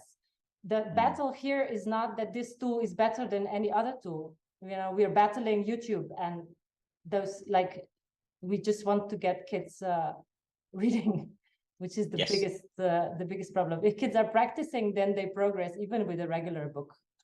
Yes, that's true. That's true. Then I would say that also comes another challenge, another how do you compete with YouTube and all the talented or TikTok and all those things. So I think maybe finding because some of the edtech solutions are a little bit, they lack the same flair and glamour than TikTok and YouTube is having. So I think you have to like really think about that. How do you compete with those? Yeah, definitely. This is a big challenge. Partly it's excellent UX, gamification that is not for the sake of gamification, but that it's built in the progress. We also bet that children, especially this age, they are very well aware that they are lagging behind the peers, so they want to learn. So when they see their own progress, building up on intrinsic motivation of a child is the best bet in this case, but also creating hooks that are making a child come back next day, and especially showing them that this is something that they can do in a short time, make short spurts of daily practice, so 7 minutes, which is doable. And of course, try to get parents on board, so that the parents create this 7 minutes in every day that the kids have a chance to practice. And then we believe that if we have sufficient data to have a proven methodology, that also getting into the educational system should be, because the educational system has a problem that they cannot provide individualized reading out loud training because of the class size. So there is also an opportunity there. Got it. Yeah, I like the focusing on the parents. They know the momentum. They are in charge. They can at the right time, at the right moment, when they're it's like they are the ones, so, and they are perfect paying customers. I love the your mama bear personality thing. It gives a good vibe, and you have a good drive on the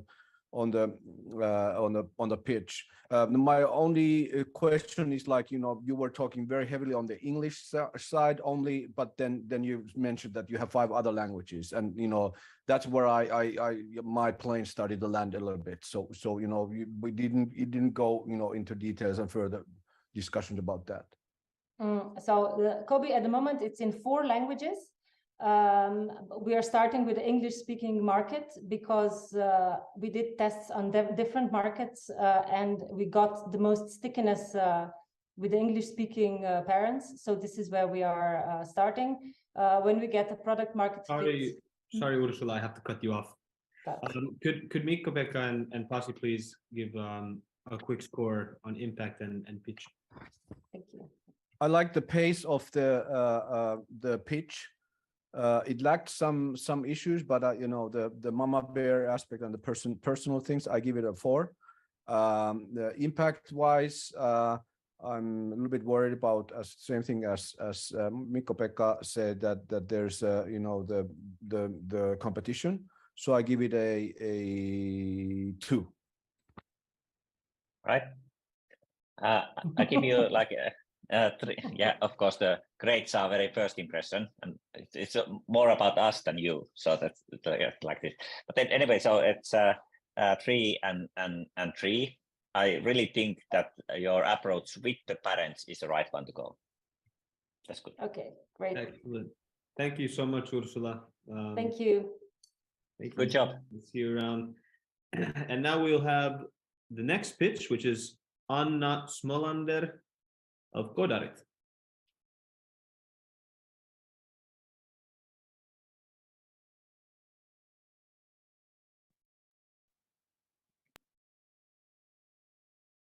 Or do we have, sorry, apologies, it wasn't Anna, but it's Suvi Syrjäläinen from Godarit. Hello, Verneri. Hello. Hello. Welcome. Thank you. Hi. So how this goes? Yeah, you can share your screen. Okay. And then you can start. Can you see the timer? Actually, no. Okay. So I have this, I have these it. 4 faces. So I have this, I have your, then Mikko-Pekka, and then Arctic Helsinki logo. Okay. So well, actually the last one, yeah. There's going to be a timer for 3 minutes. Okay. Okay, but you should start, yeah. Okay. So hello, everyone. I'm Suvi Syrjäläinen, CEO of Godarit, and I founded this company 7 years ago. Before that, I worked as a software developer in high-tech companies. When I started Godarit, our world was already suffering from lack of IT talent problem, but there were no customized coding training for children or possibility to do coding as a hobby. But now there is. So Godarit knows, after these 7 years, Godarit knows the best way to teach coding to children. So we have developed this kind of level course system where our 5 to 7 years old students start from baby coder level, and when they are 8, they move to level 1, 2, 3, 4, and end up to the black belt level, where they can stay with us as long as they want. We have gotten Pedagogically Quality Education Alliance Finland certificate to our level course system. So we use Finnish pedagogy, and our courses and lessons are colorful and fun. So if you have thought that coding is this kind of boring black and white thing, it's not. You can, for example, do your own map application, paint 2D, 3D games, or program devices. We have selected the highest quality and widest range of content to our level course system. So that is why we are better than our competitors. That is also why we are now the largest children coding school here in Finland. Now we have wrapped our excellence to licensing packets that we sell to our international customers. We have also planned to establish our own offices to Nordics and then provide video courses to our international customers. Here you can see our amazing international team, which will execute our plan. In addition to this team, we have also sales and marketing people, video team, and 22 coding teachers. We have opened our first investment round in this year, and we are looking for a total 300,000 euros investment with 1.35 million euros valuation. We have already achieved almost half of our target, so everything is ready to welcome new investors on board. And if you want to hear more hard facts from our company, here you can see my contact information. Thank you. Thank you, Suvi. Excellent. Now Mikko-Pekka and Pasi can ask questions. This is a very highly competitive market that you have. Did you say that you have a turnover of 400,000 already? Yeah. Actually, last year we have. Yeah. Elaborate that. Because that's a good sum of money. So where is it coming from? Is it mainly Finland? How many percent of Finland? Yeah. Actually, we have had some international pilots, but that comes mainly from Finland. So to private customers and then municipalities. So we sell our courses to municipalities also. So the schools. Yeah.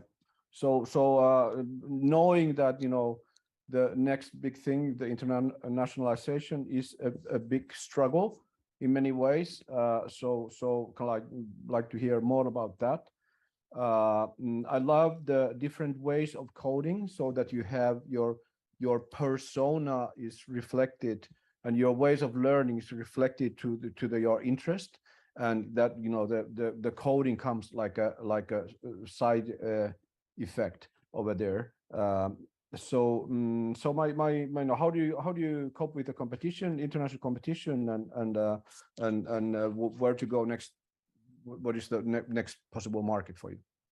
Yeah, so we have used our first investments to get our international B2B sales process better. So now it seems that we are getting more leads, and we have a lot of meetings with our potential licensing customers, and then we have developed that our video products also. So the basic idea is to first make that level course system video package to Finnish markets, and then translate that to different languages with AI, because AI speaks fluent languages. So that is our plan. And then, of course, we need some platform to sell our videos to different countries also. So that is the one thing where we are now looking for investors and investments. And help. and help. Yeah. This is what I don't have a question. I have more like an observation that I find it difficult to understand what is the product, what you are selling to whom. That's like that's something that I'm a little bit confused. Yeah, we are here in Finland. We are selling hobby courses. So we have 3 semesters. So we have our autumn semester, spring semester, and then summer. So in summertime we sell summer camps, and then we sell 15 lessons, so 15 weeks coding courses, so level courses to private customers and then to municipalities, so the schools, so they can offer our courses to that city or municipal. Okay, the question is that let's say that you succeed on your plan, that you'll have a revenue of $58 million or $500 million, something. So what's your view on how the world has changed better when you have succeeded? If we want that everyone can influence that what kind of smart devices and applications we have, then there is a better chance if everyone has learned how to code in an early age. So because then it's like a basic skill in your head. Yes. Yeah. Correct. Yes. I'm like thinking about from the impact score and value, the pitch score, that I think what you really have to work on is your go-to-market. Yeah. Whom and how you can do it, and that's something that I would like to give 2.5 on the pitch on that one, because like the problem and solution are fairly clear, but the go-to-market to get there, it's a little bit lacking. And that's something that I think you have to really think about. Yeah. And then from the impact side, I would say that the coding, I think it is the basic skill, but there are still things that needs to be solved a little bit more as well. And I think that the learning to code, there must be some other ways to do it as well, given the fact that there is this OpenAI, GPT stuff already coming. The AI there's like something else looming over there. I don't know what it is. I can't describe it, but from the impact side, I would give you like 3. Yeah, I agree on that the coding is important, and the coding kind of positive mentality to coding and understand the coding and not being frightened of it. Yes, I would give it a 3 as an impact, and the pitch I would give also a 3. Perfect. Thank you, Suvi, for your pitch. Well done. We'll see you around and stick around to the end. Now we have the second to last pitch. Definitely not least. So Thomas Norman Ekegren, and the startup is Maneno. Please welcome to the stage.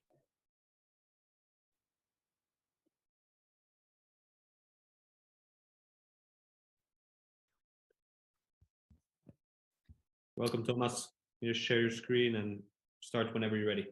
Yeah, just give me 2 seconds.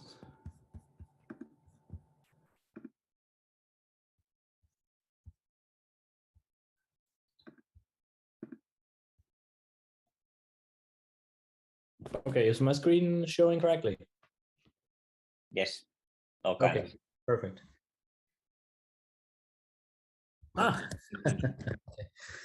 Small mistake. Let's see. Let me just trying to redo this.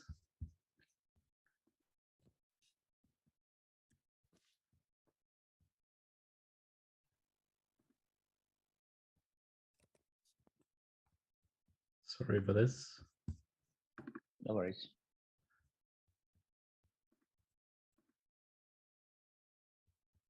Perfect.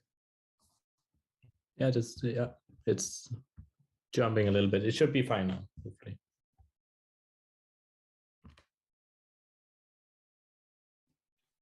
Yeah, go ahead. Your time is already going. Oh, You can sorry. take the timer as well, Okay, please. so my name is Thomas Norman Ingein, and I'm the founder and CEO of Menino, where we inspire and develop reading through play. So today, a lot of parents are struggling to get their children to read, which is primarily driven by the increase in the entertainment choices, where kids will be spending their time on YouTube, Netflix, Disney Plus, playing iPad games and Roblox, and being on social media. Unfortunately, this leads to a decrease in reading for pleasure and has subsequently impacted literacy rates worldwide, where they're approaching an alarming decline.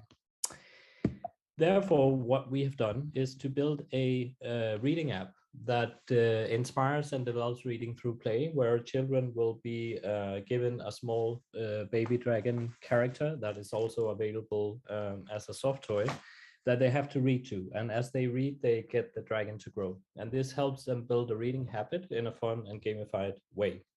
We also provide them with assistive technology that helps them build out their vocabulary and improve their pronunciation skills and fluency skills.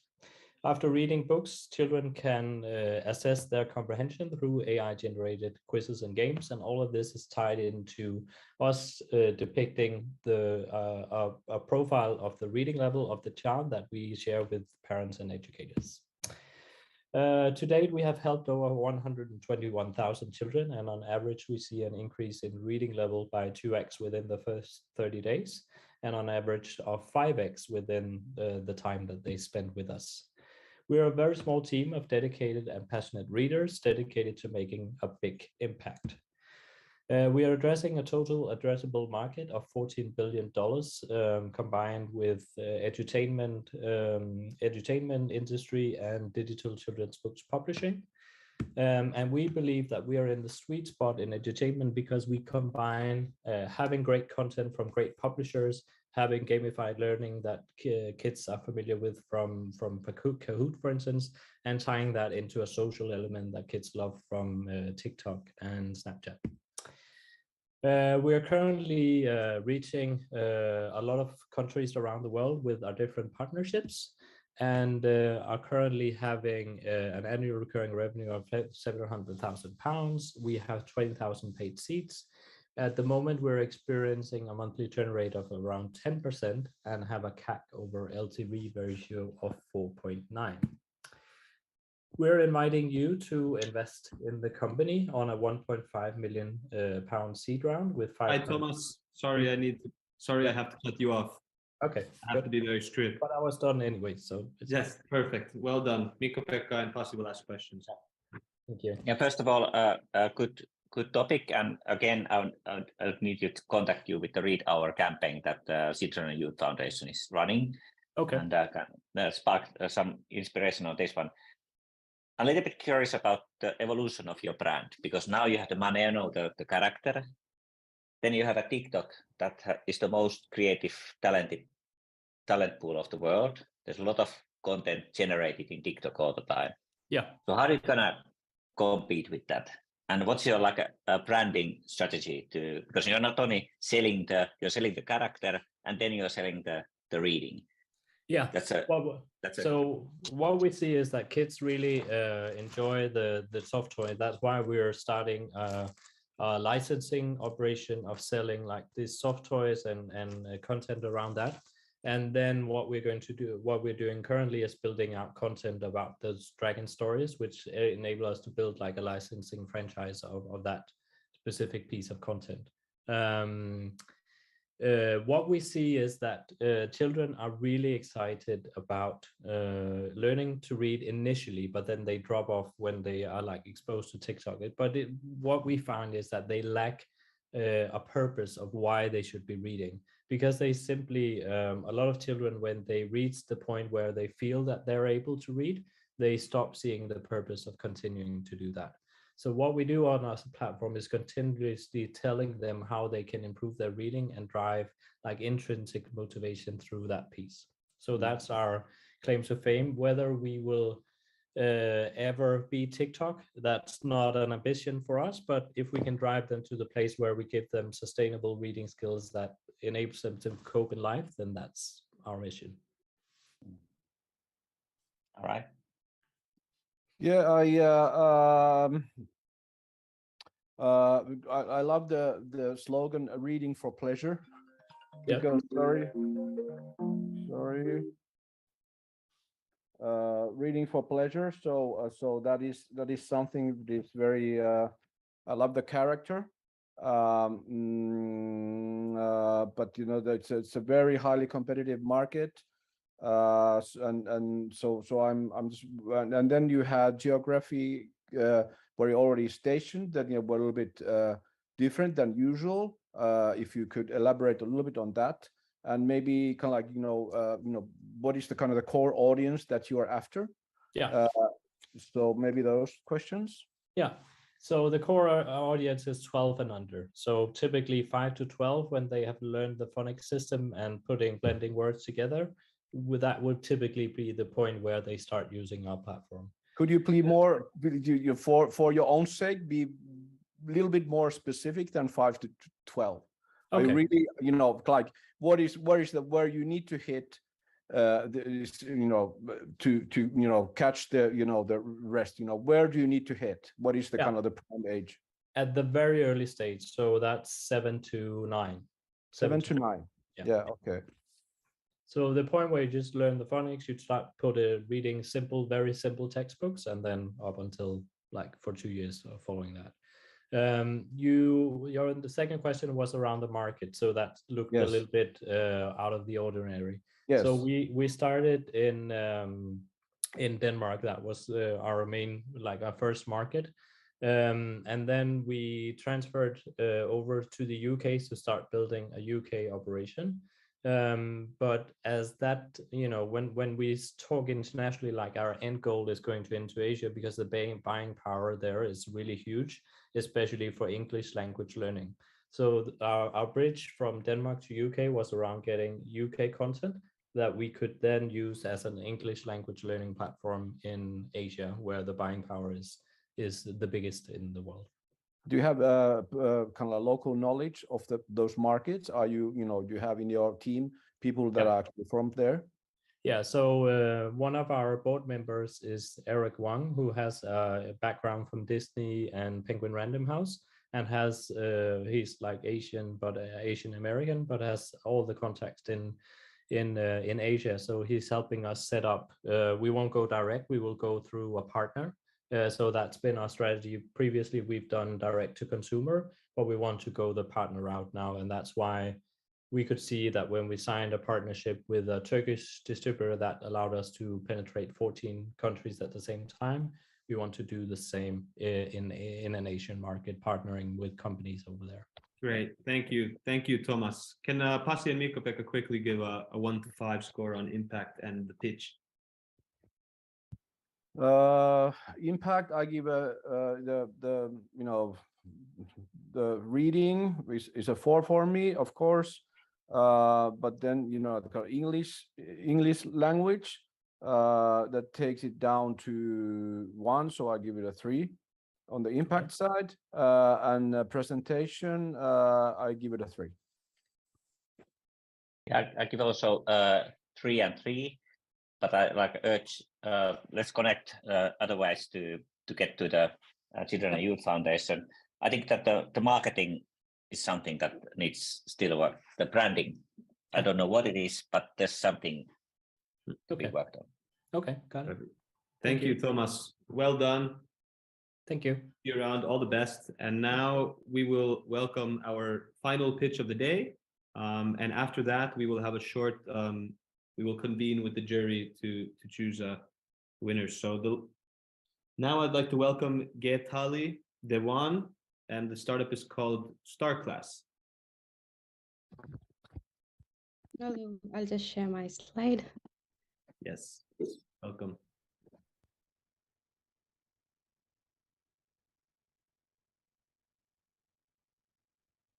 Let me check if I can go back. Yes. Should I start? Yes, please start. Okay. Hi, everyone. I'm Geetali, and I am the co-founder of the company called StarClass. I'm based here in Helsinki. So not able to provide education to everybody really hurts me. And today I'm going to talk to you about illiteracy. So there are more than 700 million people in the world. UNESCO estimates that those people cannot even read or write properly. So why is this problem of illiteracy which exists? The number one reason being poverty. So in developing regions, especially in rural areas, people cannot actually afford to go to schools, and especially where there's education is privatized, there is also lack of schools. In rural areas, again, in developing countries, there are not many schools that cater to these children. There is poor infrastructure because of which students don't have proper roads or proper buses to travel to the schools. And also there are cultural barriers. Cultural barriers would include your gender, your caste, or your religion. So I'm not able to move. Okay, so what is the solution? The solution is really simple. It is the internet. But now you will ask me, most of the people in India have basic internet facilities. They have mobile phones.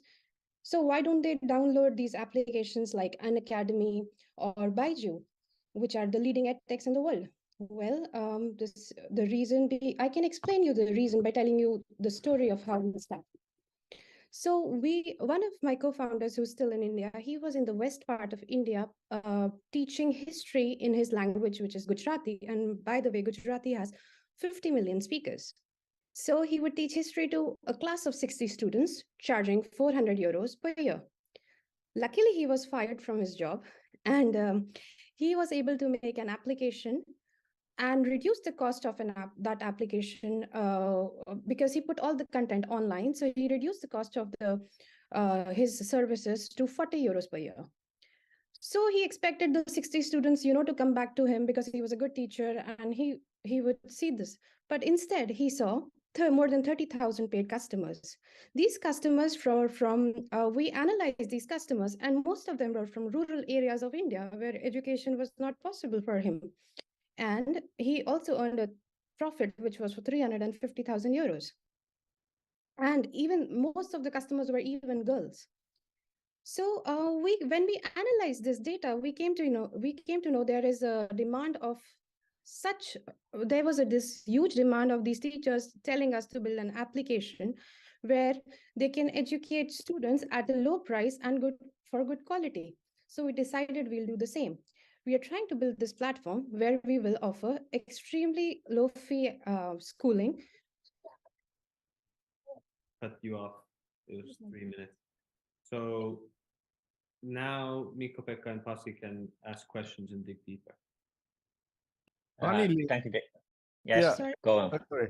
Yeah, funnily, Gitali, I was really fascinated about your story. There was storytelling. We didn't get to the product yet, but I was following you all the way. What's really happening. You're telling the kind of the background and everything. So it would be nice to hear the ending of the story. Where are you really at? So we didn't get to that point, but somehow you were able to take in a very natural way from your own perspective, how you got here, and it's always fascinating to put that in the pitch. Unfortunately, you ran out of time, and that usually happens when you do that. But somehow putting that, it was a good start. But I have no idea what your product is. Oh, I can quickly just add one line that what we did with one teacher, we're trying to do it with everybody, with all possible languages. That's it. Simple solution to the simple problem. Yeah, it's thank you also that I learned a lot revealing that I'm illiterate about the world as well. So I didn't know that there's languages like Gujarati or Marathi. So now I know. That's 10 times more of those people speaking than Finnish language, which I think the population of Germany is same as Marathi language. Yeah. Yeah. Yes. So that I think that there is this a constant need to find solutions for this one. But it's just I'm thinking about especially Indian market, which is like a fascinating market because things can be really viral over there. And I'm just looking for the kind of the story is great, but where is this kind of the hit song, the viral effect of this one, so that millions of people will start using it? and I think you should put your like levels to millions of users.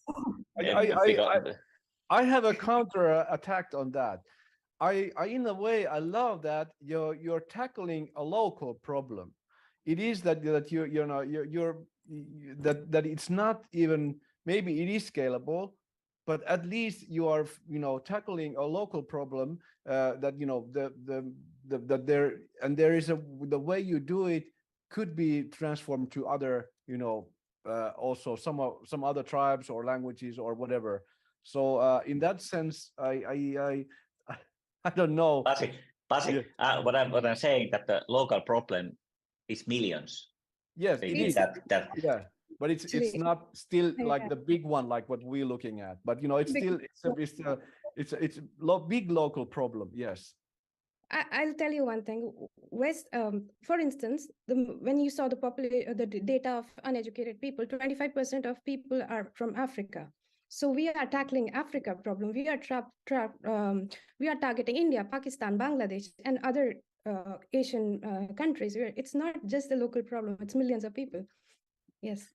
But also one thing that came to my mind is also that that in many countries they have their local languages, and they are kind of like they need to start with English or French or whatever, some other stupid language they hardly use. Exactly. And still at home they speak something totally different. So in that sense it's like a global local problem. Right, okay.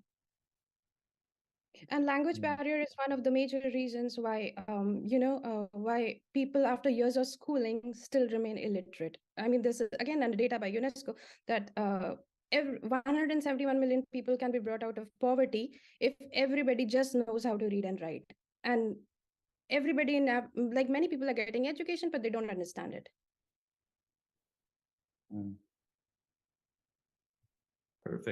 Perfect. Would Mikko-Pekka and Pasi like to give a impact and pitch score for Gitali?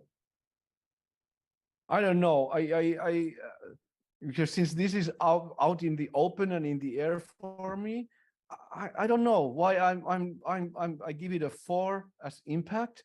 I don't know why. I have no reasons for that, but I feel like it very strongly. And your story was also, even though it was not finished, at least I could listen to some more. So I would give a 3 on that. Thank you. I give a 4 on the impact side, like a proper scale problem to solve. From pitch side, I give 2, not because of that I didn't know it, but I think that it's maybe too ambitious problem to find a actual solution to it. So that I think balancing the problem and solution a little bit might be well, because that's my kind of like idea. Thank you. Perfect. Thank you, Gitali, for the pitch. Now we're gonna have good job. Now we're gonna have a 6-minute break. So that was the final pitch. We're gonna have 5 minutes now. Ines, 5 minutes. So we start at 55. Are we in a breakout room? Mikko-Pekka, Pasi, and I will go into breakout room and convene for 5 minutes. Then we announce the winners.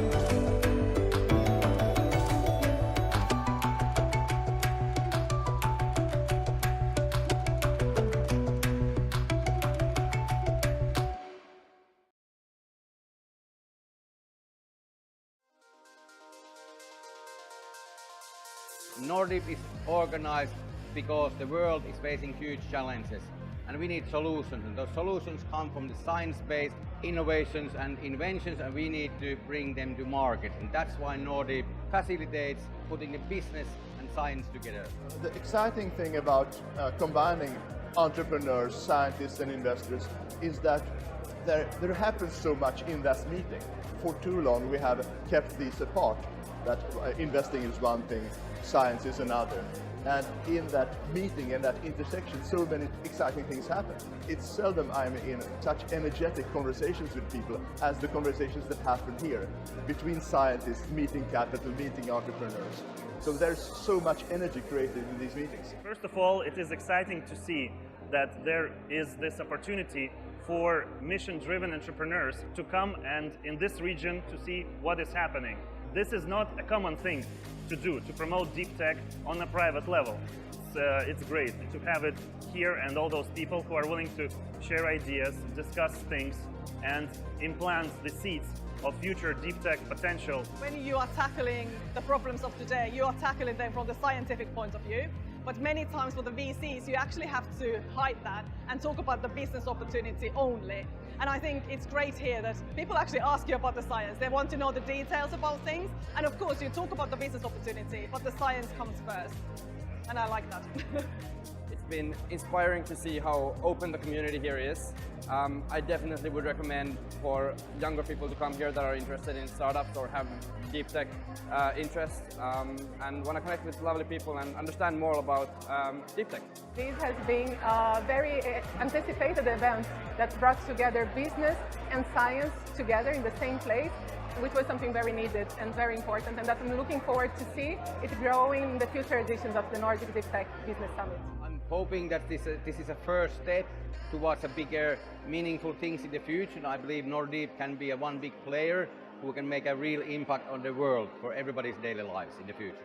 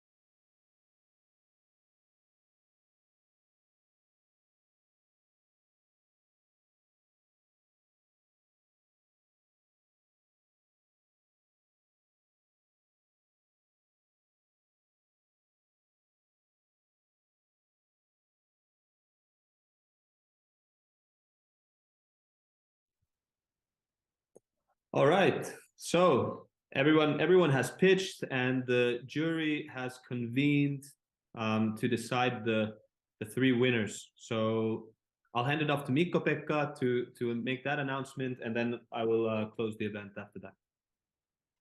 Yes, and there's a bigger problem that not one solution can solve, and it's literacy. And I congratulate all the startups that has a literacy related, reading related solution.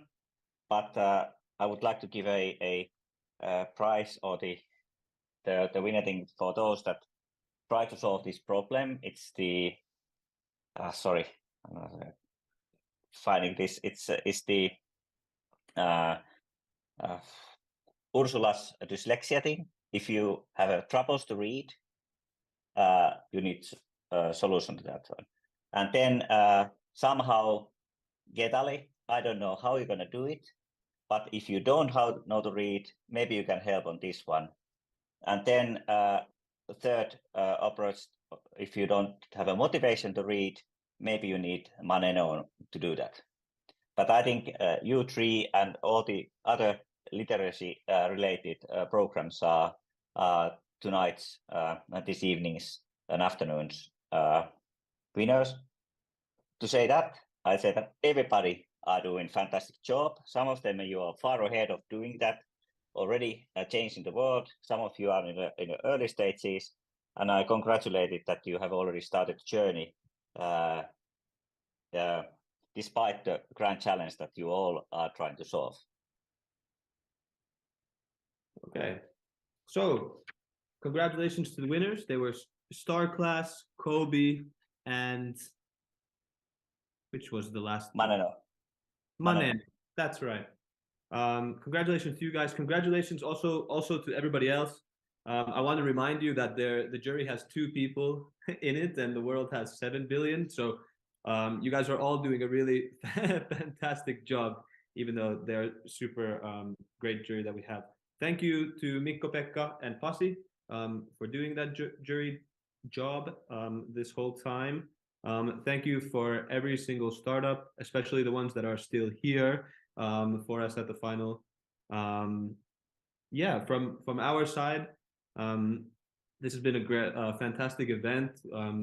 Last time we did it was 2020, but we want to continue to do it, and hopefully we can showcase like the best startups that are helping children around the whole world for years to come. And we also, yeah, you guys will be in contact with all the startups about upcoming events and such. I want to thank everybody that is in the YouTube viewing this event, and the people that are going to watch this on replay. Super awesome. Just happy holidays. Enjoy the time. Take some rest, especially all the startup founders. You have the opportunity to reset, regenerate, and hit 2023 running. So yes, that's all. Enjoy the rest of the evening, and Merry Christmas. Happy holidays. Happy holidays.